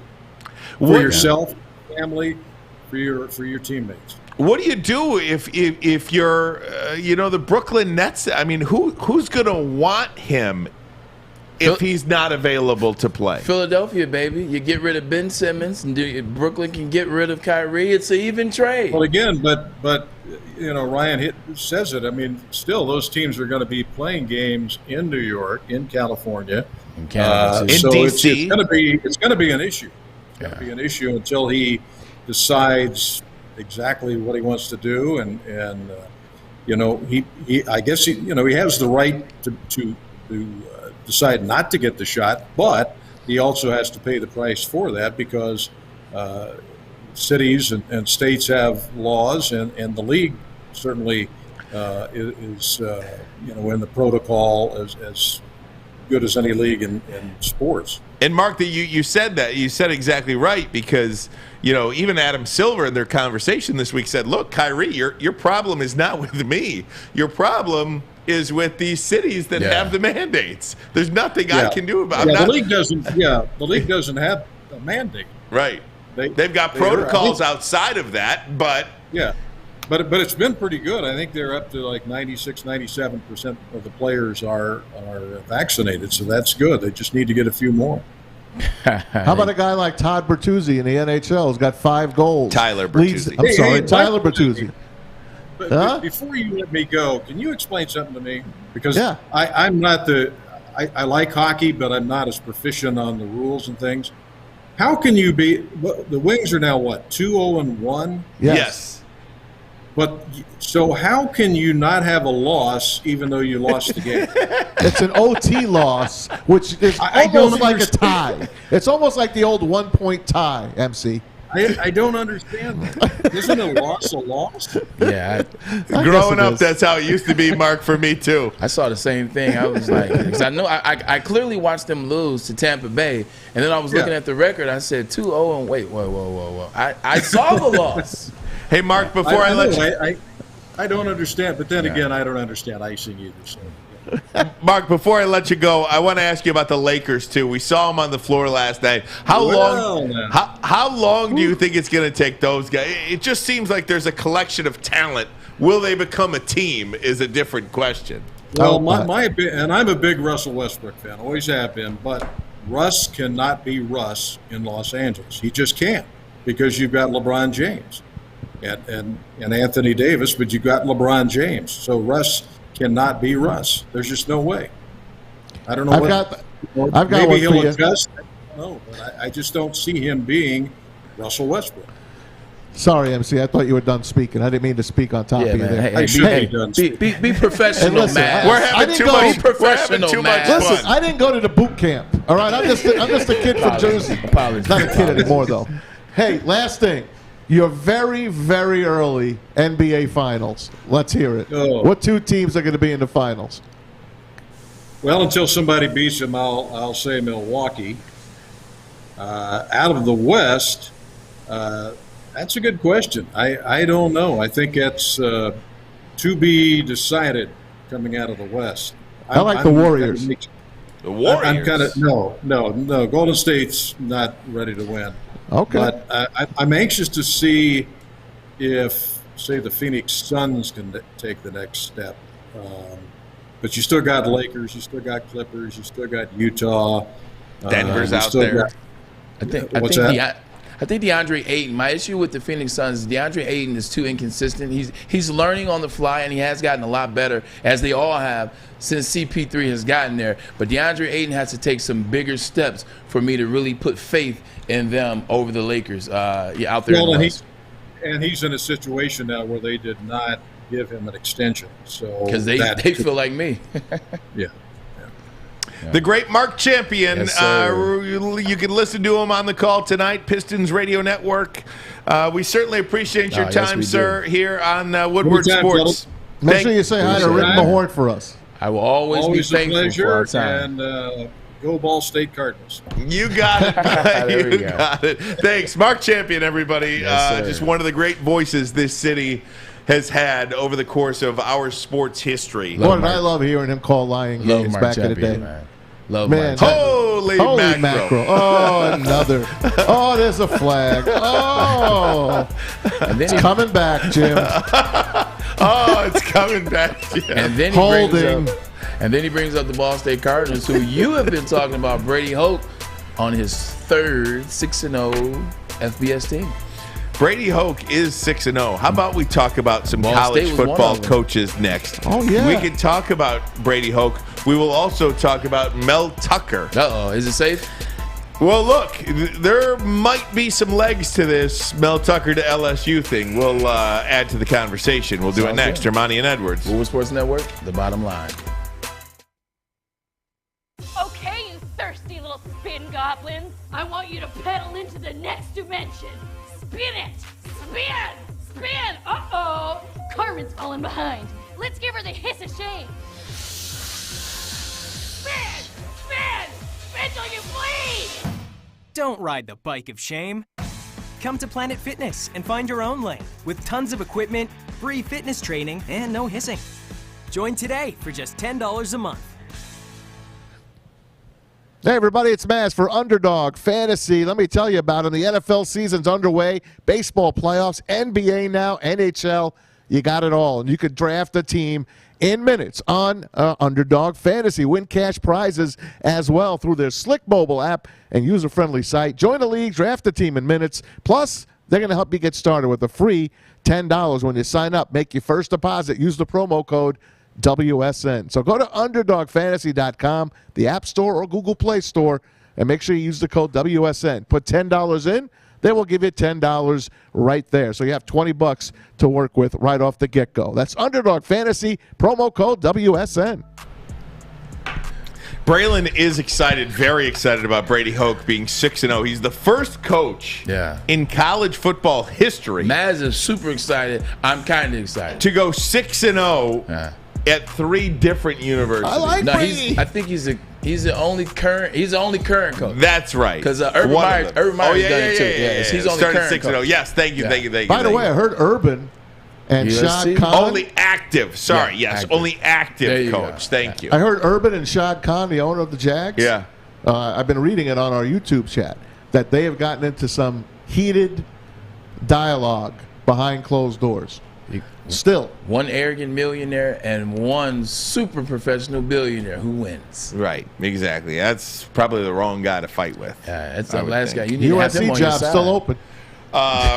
Yes, it is. It is still open, and so is the LSU job. And look, anytime there are big-time college football jobs open, there's going to be a rumor mill like you wouldn't believe. Yeah. Right? So Mel Tucker, who was a former assistant at LSU, it was no different, right? When the Michigan State job was open, it was the Mel Tucker, former Michigan State assistant. You know, you could say, right? Mel Tucker, always tie him in somewhere. Right, you could always. And he was at LSU, Alabama, right. And he was at Georgia. You could tie him in anywhere. Yeah. Michigan State's Mel Tucker being tied to LSU's job. Here's Bruce Feldman. All right, so we've talked a lot about coaches on the hot seat the last couple of weeks. Let's turn the tables. How about some coaches whose stock has really been improving lately? Rob, let's start with Mark Stoops. He has Kentucky primed to win its second double-digit season in a 4-year stretch. At Kentucky, that's pretty remarkable. Lane Kiffin at Ole Miss. People have taken note of how Ole Miss is on the rise. But another name to keep an eye on is Mel Tucker at Michigan State. Brady and Matt had just talked about an amazing job he's done now in year 2 with the Spartans. But I am told that there are some very influential people inside LSU who are really, really high on Mel Tucker. Remember, Mel Tucker was an assistant at LSU on Nick Saban's staff. He knows the SEC very well also. But would he make another move? Remember, he was at Colorado, now Michigan State. Would he make another big move in a short period of time? But this I do know. People inside LSU who matter, they are really high on Mel Tucker. Yeah, what's not to like? Mel Tucker, Michigan State, inside the top 10. They're at Indiana on FS1 coming up in a bit. Bruce, as always, thanks for that. So that was on Big Noon Saturday before the game against Indiana. Now, a couple of days later, Joel Klatt was on Colin Cowherd today, and they talked about Mel Tucker. Yeah. Joel Klatt said, the LSU job is a great job. It's a far better job than Michigan State. Now, whether Mel Tucker takes it or not, I have no idea. So, Paul Feinbaum has said almost the same thing as well. Yeah. He thinks it could be a done deal. Paul Feinbaum. If you're Mel Tucker, how can you possibly leave Michigan State in 2 years after you've left Colorado after 2 years? Like, transfer portal. I mean, how do you do that though? Like, I'm trying to think about how do you go recruit guys then when you leave Colorado you leave Michigan State you leave. Right. If I'm a parent of a high-end 4- or 5-star guy wants to go to LSU, the first question I'm asking Mel Tucker is, why should I trust that you're going to be here to coach my kid 2 years from now? And that's an easy answer. You look at what LSU is. LSU is a better job than most NFL coaches. I mean, a better job than most NFL teams. You look at what LSU does in terms of money, in terms of revenue, in terms of fan base, in terms of recruiting, the areas that you do recruiting, in terms of just, you don't even have to be a good recruiter. You can go to LSU and just naturally get talent. Not to mention, you know a bit about the SEC. You know a bit about your rivals in Georgia and Alabama. It's an easy answer because what you look is you say those were stepping stones, or those were stepping platforms to get to my ultimate goal. My ultimate goal was to be the head coach of a Georgia or a Alabama, and guess what? I have that chance in an LSU. LSU is a hell of a place to be a head coach. LSU is a great place, and where he's coming from, under coaching in Georgia, in Alabama, he knows that region. He can recruit that area. He's already going to get talent anyway. Leaving Buffalo to get to Michigan State was a bigger step. Like, Michigan State's a much better team and a much better school than Colorado. LSU is a much bigger step. It is a last type of step. If you're a guy like Mel Tucker and you've seen where he's gone, he hasn't been at the spot where it's the premier ultimate spot. He's done well. They didn't even want to be in Michigan State at the beginning, and he turned that team around. He has them 6-0. The transfer portal has been very good to Mel Tucker and the Michigan State Spartans. But LSU, it's not like he's been there to get comfortable. He's not necessarily all the way unpacked. He's not all the way in his dream home in East Lansing or wherever he's living in that area. He's not unpacked. So now you look at LSU on the table. Look, it's not a slight at Michigan State to say that LSU is a better job. But I think you would then have to ask the question. Ask Nick Saban about that. He did the same thing. Right. But I think you then have to ask the question, LSU is a better job for who? See, I think personal aspirations are everything. You know, I was asked the other day. So, you know, I got a day job. Do you? Don't say. I got a day job that I don't talk about a lot on here. But somebody asked me the other day, they said, so, like, what's next for you? Like, what's next for you? Like, where do you want to go? Where do you want to end up? Right. I'm like, end up? I'm like, I love my job. Yeah. Like, that is where I end up. You know what I mean? This is the top of the top for me. You know, and a part of that is I'm from here. My family is here. My wife's family is here. My friends are here. I'm comfortable here. I don't know if there's any amount of money. Loosely, because, you know, it's not like, you know, I make X and I'm going to go make, you know, 10 times that somewhere. Right. You know what I mean? Like, if Mel Tucker is sitting in his East Lansing home saying, you know what? This is home. I'm tired of moving. We can be really good here. We can win 2 or 3 Big Ten championships every 10 years. Could beat Harbaugh. We can pop into the college football playoff once in a while. Bad win. Like, personal aspirations, you know, just because LSU may be a better job than Michigan State, a better job to who? You know, I think you have to take that in consideration. Let me take a break. I want to get your take on the other side. Yeah. We'll do that next. Ermanni and Edwards. Woodward Sports Network, the bottom line. Fellas, football season is here. It's time to make your grooming experience easy like Sunday morning. Get to Lady Jane's Haircuts for Men. Walk in, relax, watch your favorite team play, and before you know it, your hair will be game ready. Get to Lady Jane's, open 10 to 8, 7 days a week. Walk in anytime. It's wicked awesome. Make sure you download the Woodward Sports app in the App Store and the Google Play Store today. Take Woodward Sports with you wherever you go and listen live on your phone or mobile device.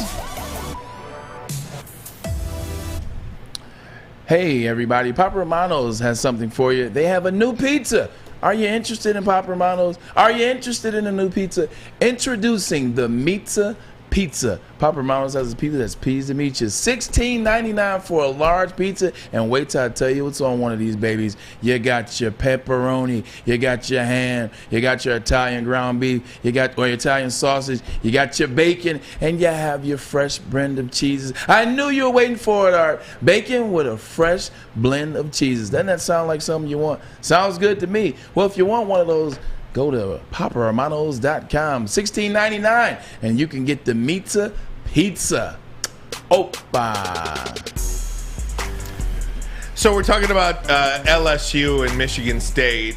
Joel Klatt was on Colin Cowherd today talking about how he believes LSU is a great job, and now Mel Tucker is going to be a candidate for it. Whether or not Mel Tucker takes that job, he doesn't know. But there's a lot of talk about this now in the college football world, and I just say, okay, if LSU is a better job than Michigan State, it may be. Right. But to the individual, to Mel Tucker, Michigan State might be the dream job for him. We just don't know what's inside. Yeah, and you know what you said before we went to break is you said, I don't know if I can trust a guy that's just continually going from spot to spot to spot. And also, is LSU the job for him, or is Michigan State? Would he be comfortable there?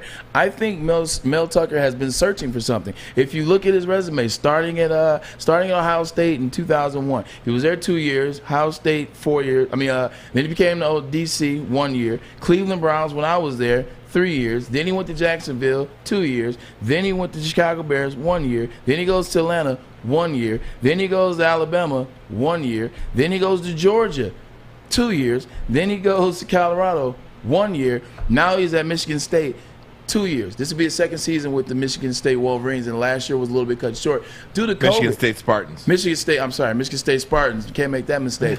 So what you're seeing is he's looking for something.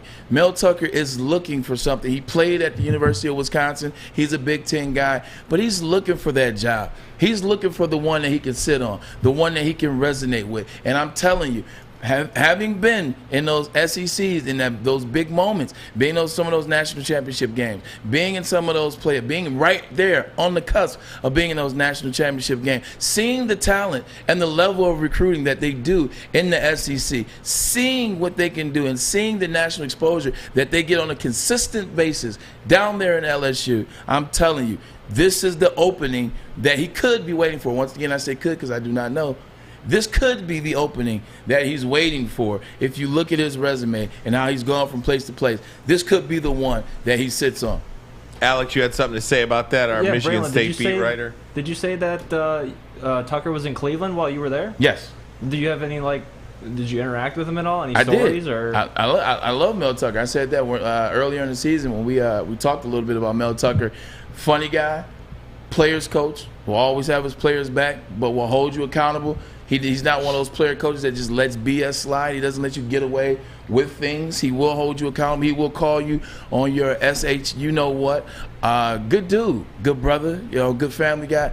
I like Mel Tucker a lot, and he's a defensive-minded coach, which they're more aggressive than offensive coaches, and I love it. So I love Mel Tucker a lot. He left us to go to Ohio State, so I couldn't talk to him for a year, but you know how that goes. But definitely know Mel Tucker well. He was a Saban guy, right? He's a big Nick Saban guy. Yep. So let's say last year he did beat Michigan pretty good. Michigan was a heavy favorite.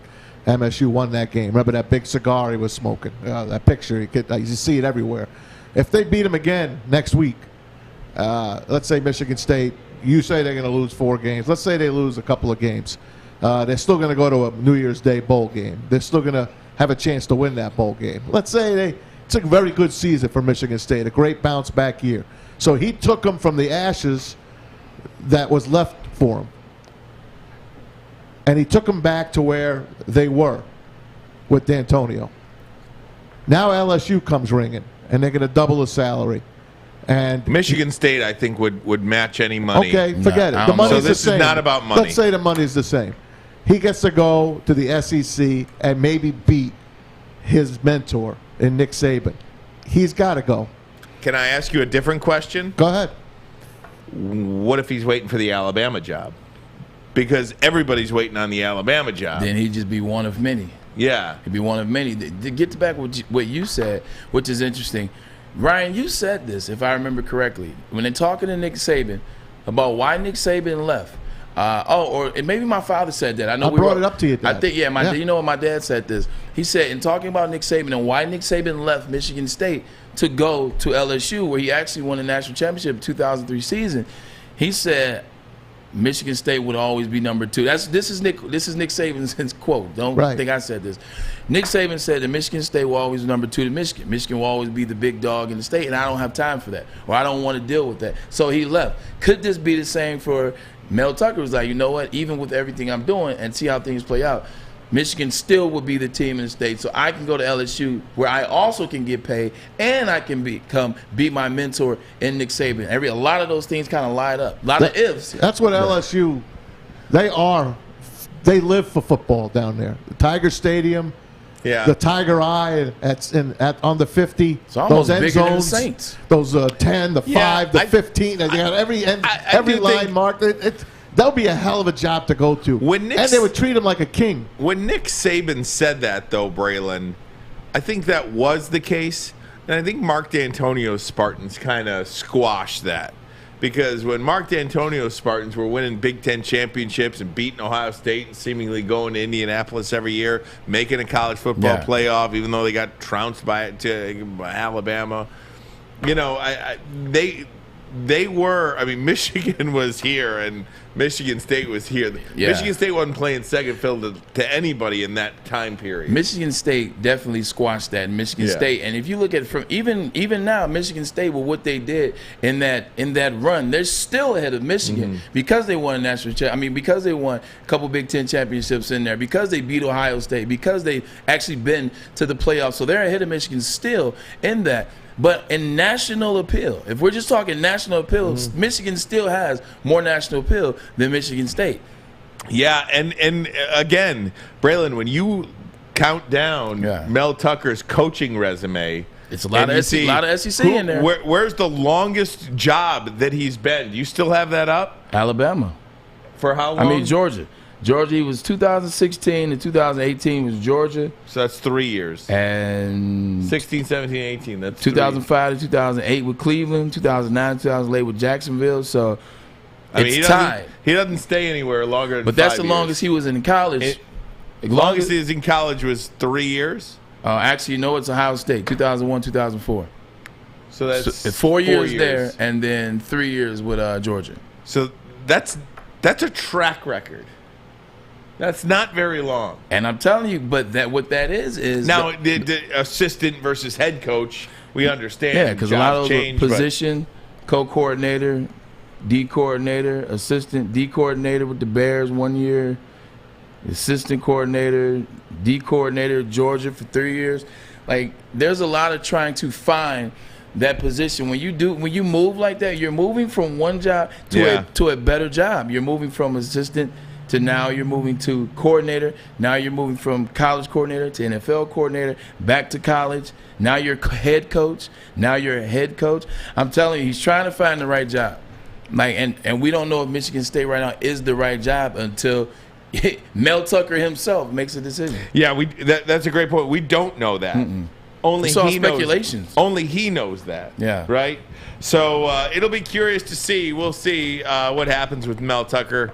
The questions until LSU hires somebody are not going to go away regardless of what Mel Tucker says, because we all know about the Go Buffaloes. Don't forget there's James Franklin in Penn State and how he did not squash the rumors of him going to USC either, because there could be 2 jobs open in the Big Ten before you know it. Yeah, this is very true. And, just thinking about Mel Tucker and the decisions, somebody's waiting for something. And the appeal, we just talked about national appeal. The national analysts, they are all saying that Mel Tucker is the guy that they will hire, or is a guy that is getting a lot of attention. And this is national. This is Paul Feinbaum, SEC guy. You're talking Joe Collette, big Fox guy. It's national appeal right there, man. His name keeps coming up. In these jobs, especially like Paul Feinbaum, who thinks that the SEC is God's gift to football, he couldn't imagine. Well, it is. He couldn't imagine a coach from the Big Ten telling you the SEC no. He can't get that through his mind. That's very true too. What team in the SEC would you say no to? There's a couple. Oh, I'd say a bunch no to a bunch of them. But are we overlooking Mark Stoops? Like, I know we're talking Mel Tucker because this is Michigan State. We're in Michigan, and this is what we do. But are we looking over Mark Stoops? What Mark Stoops has done in Kentucky, you heard him. 2 10-win seasons in 4-year period at Kentucky. That's tough. Yeah. Like, Kentucky is one of those, like, it's a basketball school. Exactly. So to have 2 10 wins, you're Mark Stoops. You come from lineage. You were there at Oklahoma with Bob Stoops. You have had success. Like, the name alone speaks for itself. That could be another big one. That could be a quiet one, And he knows the SEC. Guys, want to have some fun next? I do. We need some fun. Yeah, we need some fun. We love television here. Yeah. We love television. So we're going to pick the greatest of all-time TV series. How about we do that? Oh, man. Little television greatest talk. Of all time. Little television talk. Also, not included in this conversation, but I have one more episode in Succession to go before I catch up on season 3. I caught up. That just got underway on Sunday. Logan Roy and Kendall, baby. Oh, man. Logan versus Kendall. Oh, man. All right, gang. Let's get it, man. Ermanni and Edwards. Woodward Sports Network, the bottom line. You know why realtors love using Hall Financial as a lender? Because of our commitment to speed and service. We have nearly 4,000 5-star reviews already. Call today, 248-308-5000, or go to callhallfirst.com. Papa Romano's has a pizza that is pleased to meet you. The Pizza Pizza is a sizzling deal and fully loaded with pepperoni, ham, Italian sausage, ground beef, and bacon. Get a large Pizza Pizza for $16.99 at paparomanos.com. Hey, gang, the high school football season is winding down, and every Friday we broadcast one of the best games from Metro Detroit on Facebook, YouTube, and Twitter. This week, how about an interstate rivalry? Oh, man. We've got Detroit Martin Luther King. I went there. They are hosting Cincinnati Moeller from Ohio. If Is you that guys Gary know, by chance? if you guys know anything about high school athletics, Cincinnati Moeller is big time in Ohio is as big as it gets. So this will be a great night, October 22nd at King High School, 7 p.m. Check it out. Friday night at 9 o'clock. And plus, you can follow Woodward Sports. You got a chance to win $10,000 at halftime. I've actually been to a Cincinnati Moeller game. B.J. Askew, who was a running back in Michigan, number 35, drafted to the Tampa Bay Buccaneers, went to Cincinnati Colerain. And Colerain played against Moeller my sophomore year. We went to the game. I played against Cincinnati Moeller. You did? Baseball, though. Baseball. Okay. You just did it all, man. Braylon, Same you number? know what? Oh, no. Baseball, I was a multitude of different numbers. Okay. But Stars usually have one number. Yeah, I had two. I had two numbers. I was number 23 for a while. Okay. Number 26 for a minute. Okay, a little Jordan action in there, a little Le'Veon Bell. A little Brendan Bosch action. Okay. TV shows, baby. Right. All right, Maz, get us going here, will you? What's happening? You got to turn your little microphone on. I do. I didn't know you were going to me. You usually don't go to me. Well, what do you mean I don't go to you? It's a joke. Is that a jab? It's a joke. This was your idea for the segment. It's a joke, man. All right, good. It's all right. How do you still have that microphone, by the way? I the don't know. handheld? I don't know why I'm still holding it like I'm Bob Why are Barker. you still holding that get your microphone? I have no idea. We can get you a little one Can on we the get you a little microphone around here? Whatever. That would be awesome, man. Hey, let's do it. I saw this on Today in Sports, one of my favorite follows, and they put it out a few weeks ago, and it's a Wednesday type of thing. I mean, we had some good stuff we talked about today. Mark Champion. We had MC Hammer on talking about the Pistons. It's a Wednesday. It's a Hump Day edition, right? So Hump Day. I saw these shows. Let's put up the graphic, Alex, of all the shows, and I'm sure most of our audience has watched most of these shows. Yes. Now I'll start with you, Bray. Going up and down those 9 shows, and there could be more you could add to it if you'd like.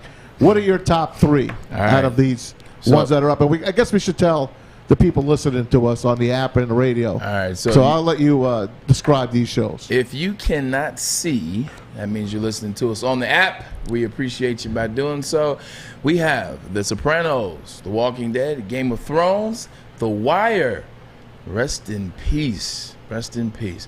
Boardwalk Empire, Ozark, Prison Break, Sons of Anarchy, and Breaking Bad. And I want to add. I'm mad Mad Men's not up there. I want to add 4 to that list. Entourage, Billions, Power, and House of Cards. I want to add those 4 to that.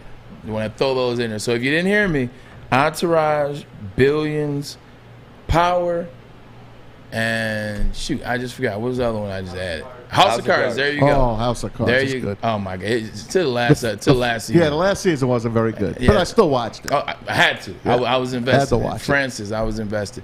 So this is tough. I've seen them all. I feel like we've all seen them all. They all had elements of something to bring you in. Some are newer, some are older. For me, just off this list alone and the ones that I added, Game of Thrones is my one. I don't think anything on here comes close to beating Game of Thrones. Ozarks is 2 for me. And dang, it's tough. This is a 1 and 1A situation for me, and it's not Breaking even Bad. close. Breaking Bad 3. Those are my. And I guess you could do 1A, B, C, but Game of Thrones, Ozarks, Breaking Bad. Look at that Breaking Bad. I Seriously. watched it for the 4th time the other day. Goose Finished pimples. it finally. Yeah. Again. Goose pimples. I don't count Seinfeld. That's on its own. What are you? This is not even a fair Breaking fight. Breaking Bad 1, Sopranos 1A. Yeah. And the only reason I'm putting Breaking Bad at number 1 and Sopranos at 1A is because of the way it ended. Yes. Breaking Bad's ending, you couldn't have had a more perfect ending than the way it ended. It tied up every loose end. Yeah. Breaking Bad tied up every loose end. There was no other questions that you have. I was so satisfied as a fan the way it ended. Sopranos, I watched it. I was in college at the University of Michigan. I know something about that school. Where I was probably half in the bag, to be quite frank with you. But we were watching it, and we all thought our cable went out. And everybody did. We ran outside. Yeah. I remember we would run outside because nobody had cell phones. There was no social media. We ran outside. We were like, "Are you guys? Is the cable out? Is it you? Was it us? Is it the school? Is it West Quad? Is it apartment? Right. Yes, I did not like the way The Sopranos ended. Now, David Chase has recently come out and said that Tony was whacked. Yeah. So the last thing you see is black. Black. Yeah. That's what they said, many episodes prior to that. So, yes, 1 and 1A, not even close. I'm with you exactly on that. But as I've watched The Sopranos probably a half a dozen times, and I mean in full, that's grown on me. The final episode has grown on me, and I've grown to accept it. I eat in that booth twice a year. I go to Holston's because it's in my parents' neighborhood. I get what Tony gets. I got the onion rings, of course. I have a soda. I love it. I love it. I have a soda. How could you not? You got the little jukebox there. Do you go to Satriali's or whatever? Satriali's has been closed for a long, long time. So, no, they're not open. But I used to obviously visit Satin Dolls, which is reality is Bada Bing. Bada Bing on Route 17 in East Rutherford, right where the Meadowlands is. Yeah. That's Bada Bing is Satin Dolls. So I've been there quite a number of times as well. Yeah, buddy. Back in the day. But Sopranos and Breaking Bad. Breaking Bad won because of the ending. It was perfect. So did you Walter White went down the way he wanted to go. Did you do the official Sopranos tour? No. Because I feel like one thing I need to do in my life, like on my bucket list, is a Rocky tour. Yeah. Oh. And there are so many things that are still there and not there. You want to run through the fruit market, the veggie market? I mean, there's so many things that you could still do there that you could see. But I want to do that tour. Also, the 2 greatest single seasons in television, in my opinion, 24, season 1 of 24. Phenomenal. And season 1 of Homeland. They don't watch Homeland, but Jack Bauer running. Yeah, of course. I'm still tired from Jack Bauer running. Single seasons of television. Right.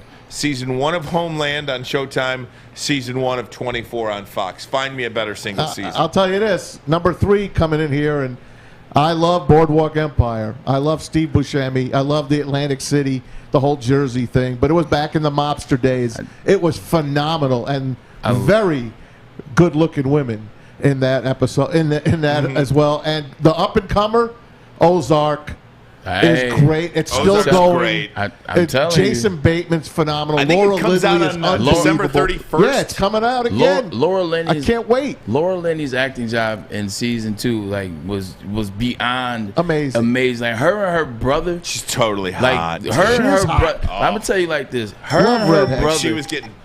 That scene where her and her brother, the jail scene, and then the next scene where he's in the cab and he's playing it all out in his head, and I'm talking about goosebumps. How good that was. On the flip side of that, if we're just looking at the TV shows that we put up there, what endings did you not agree with? And I'll start. Like I didn't like the Sons of Anarchy ending. Like I was with Jax Teller.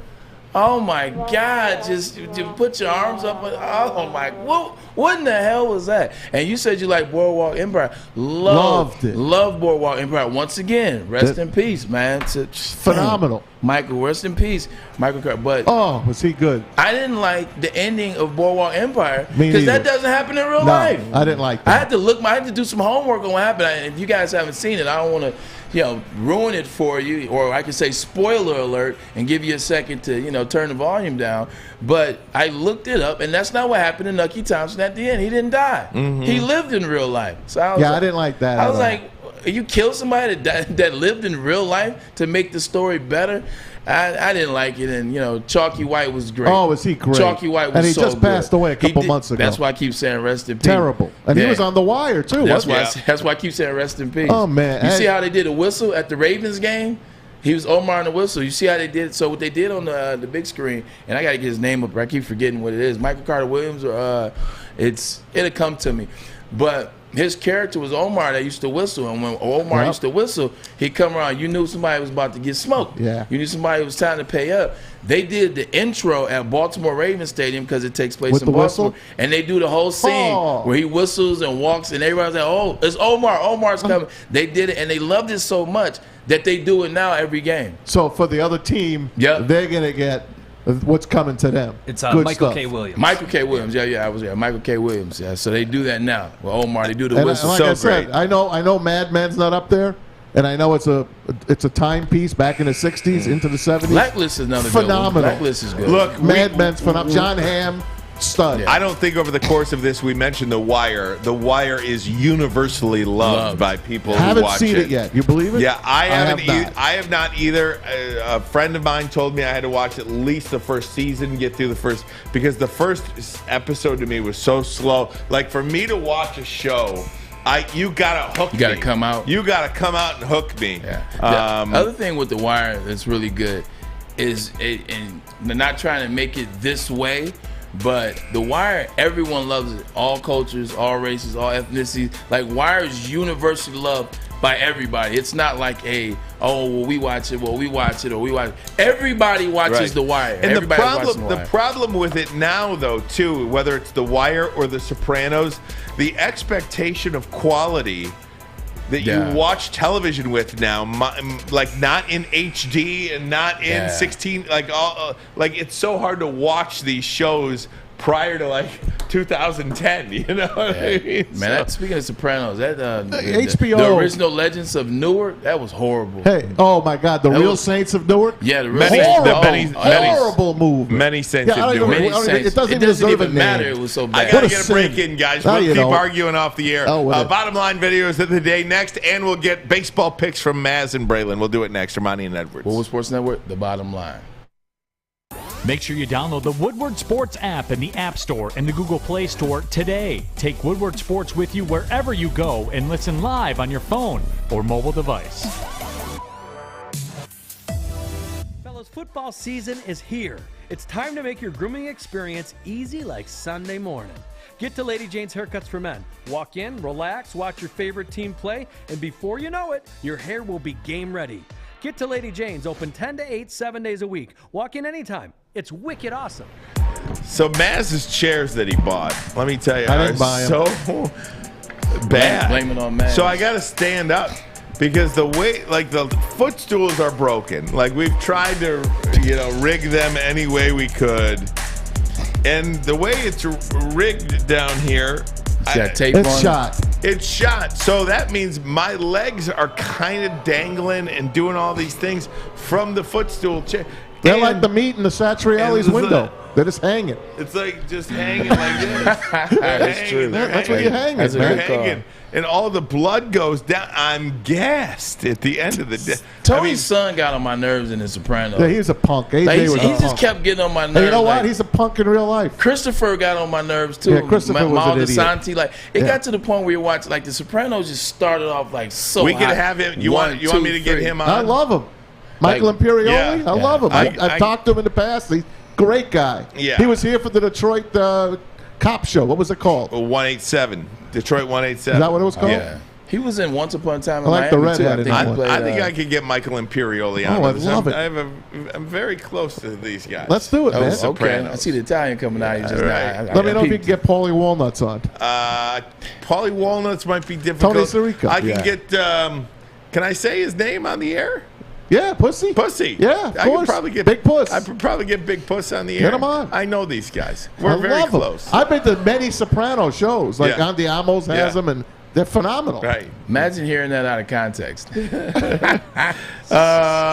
Puss had it coming to him. Bottom line videos of That was the intentional. day. That was intentional. Hey, I'm going to start you guys off with last night. The world champion Milwaukee Bucks got their rings. Check these suckers out.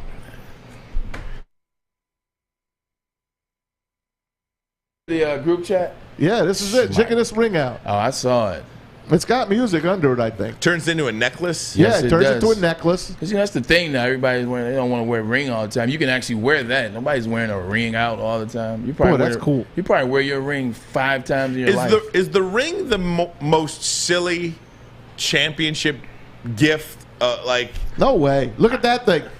What do they call it? The QR code? The QR code. So you know it's yours. You put the QR code on, and it shows you highlights of that season, whatever they call it. I know everyone laughs at me. I don't know the name of it. Big deal. I think championship rings are so like basketball and football. Though. Jump the shark kind of. I mean, like they're not. You're never gonna wear them. I mean, now the championship rings, like that thing wouldn't even fit on your hand. Give you arthritis that you're already like going to have anyway. It's like a bracelet. You wear it on your wrist. But it's you know what it is. It's a pissing contest. Like every year, it's become a pissing contest. It's like we're going to outdo yours because it's going to get to the point. Mark my words. Tell me if I'm wrong. It's eventually going to get to the point. It's going to be a 2-finger ring because just look at the direction it's going in. That ring right there pretty much is a 2-finger ring. Right. And the next one is going to be. It's like brass knuckles. And that's what it's ultimately going. Then it's going to turn into like a glove. It's going to turn to Michael Jackson glove. If you win back-to-back championships, you get the 2-finger ring. Which fingers would you use? Well, what do you say, Maz? What do we got? I'm going to take you back to 1977. This one doesn't have any audio. I was in it. never there. This is Kareem Abdul-Jabbar, all right? He's playing against the #1 draft pick that year for the Milwaukee Bucks, Kent Benson. Check out Kent Benson elbowing Kareem, and then check out what Kareem does back to him. This is Kent Benson's first game, by the way. And last. Here comes Kareem. Check this out. Gas. Little right hook here. Hey, come here. Bing! Boom! Right there. Down goes Benson. Oh, that was a dirt See ball that? move, What is, too. But he's Gutty Benson elbowing Abdul-Jabbar like Now, that was literally the last idiotic. game he played? No, it wasn't the last game. We just said that. I'm gonna tell Right you. there. I'm gonna tell you like Good this. 2 things about this situation. One, it wasn't a dirty move because the other one was dirty. He waited for him, kind of squared him up on the side. So that's 1. 2, Kareem Abdul-Jabbar was trained by Bruce Lee. Yes. So that's 2A. 2B. By the way, Easy thinks he could beat Bruce Lee. Lies and fabrication. You can tell that was a legit punch because when you throw a punch, you don't cock back because you lose it. You don't square up like this, and that's how you break your thumb. You keep it right here, keep it nice and tight. He knocked him out. It's like an infielder. You know, you get the ball, you're throwing it from behind that ear. Exactly. You're not throwing it from here. No, you're not. You throw your arm pulling out. it up. Yeah, Behind that he ear. hit him square on the button, as they All right, say. Maz, give me one more because I got to get some baseball videos. Okay, I'll get you one. This is baseball. 2004 on Today in Sports. Let's take you to Game 7 of the NLCS. Jim Edmonds of the Cards against the great Astros. player. Let's listen. Great player.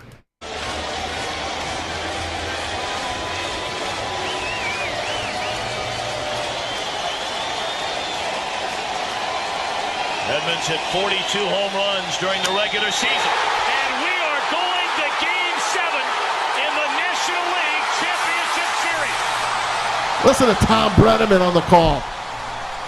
Wow. I keep forgetting that Houston was in the National League Yes. at one point. Wasn't that something back in the day? That's where they were born in 1962. Edmonds was a great player. Great center fielder. I mean, one of the best ever yeah. in center field. And that catches you up on videos of the day. Yeah, By the way, Corey Woods wanted me to give. He's still here? Yeah, he wanted me to tell you. You got a birthday shout out you got to give. Give it out. Hold on now. Call it It's up. for Braylon. Hold on. Nobody wants is me? Is it HM 84? No, it's not HM. Herman Moore, happy birthday. It's Mr. Freeman. He's a family friend who turned 86 years old today. Big Wolverine fan.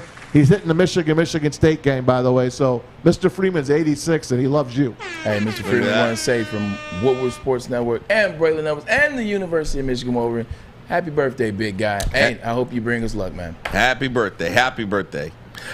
Baseball tonight, guys. 2 games, one at 5, one at 8. We got Game 5 of the American League Championship Series tonight. Astros and Bo Sox tonight. Who you got? Chris Sale on the hill. Chris Sale on How the long? mound. They're going to leave him in for like an inning and a Against half. Valdez. Yeah, Valdez is not going to last more than an inning as well.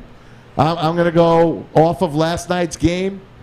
Man, I'm going to go right back to the Astros tonight. I think the Astros beat the Red Sox tonight, and of course they go back to Houston up 3-2. 8-3 final, do you think? Every game's been a blowout in Boston. Let's say, well, last night, remember in Atlanta how low the score got? I'm going to go lower score today. I'm going to go under that score. If your name ends in an EZ, you're going to have a big game. It's going to be a big game for Hernandez and my boy J.D. Martinez. There you go, Red Sox. So we got Braylon on the Sox. You just can't pick the Red Sox. You'll never pick them. What about the 8 o'clock game, Braves and Dodgers? Braves and Dodgers, it's over. It's over. That home run by Cody Bellinger, that took the life force out of the Braves. And I told you I grew up an Atlanta Braves fan, but it's over for the Braves. Cody Bellinger and Mookie Betts is playing out of his mind. He's had at least 2 hits darn near in every postseason game so far this postseason. Brian Snitker, you Oh, my stink. God. You got to go If with the what's his Braves name lose again? this series, you should be fired, Brian Snitker. Snitker. Get the hell out of here. You're going with the Braves tonight, aren't you? I'm taking the Braves. I love you guys. You see the chemistry right there? You just know what you know. Bring us home, Braylon. Hey, man, it's been a great show. Wednesday, hump day. We got over that hump, man, here at Woodward Sports Network. The bottom line, this is what we do. Maz, great show. Art, Alex, thank you, buddy. Ryan, love you. This is what we do because that's the Fish. bottom line because Stone Cold says so, Fish. Oh, man. Oh, almost. Fish, fish, fish, fish, fish. We can go now. Bye.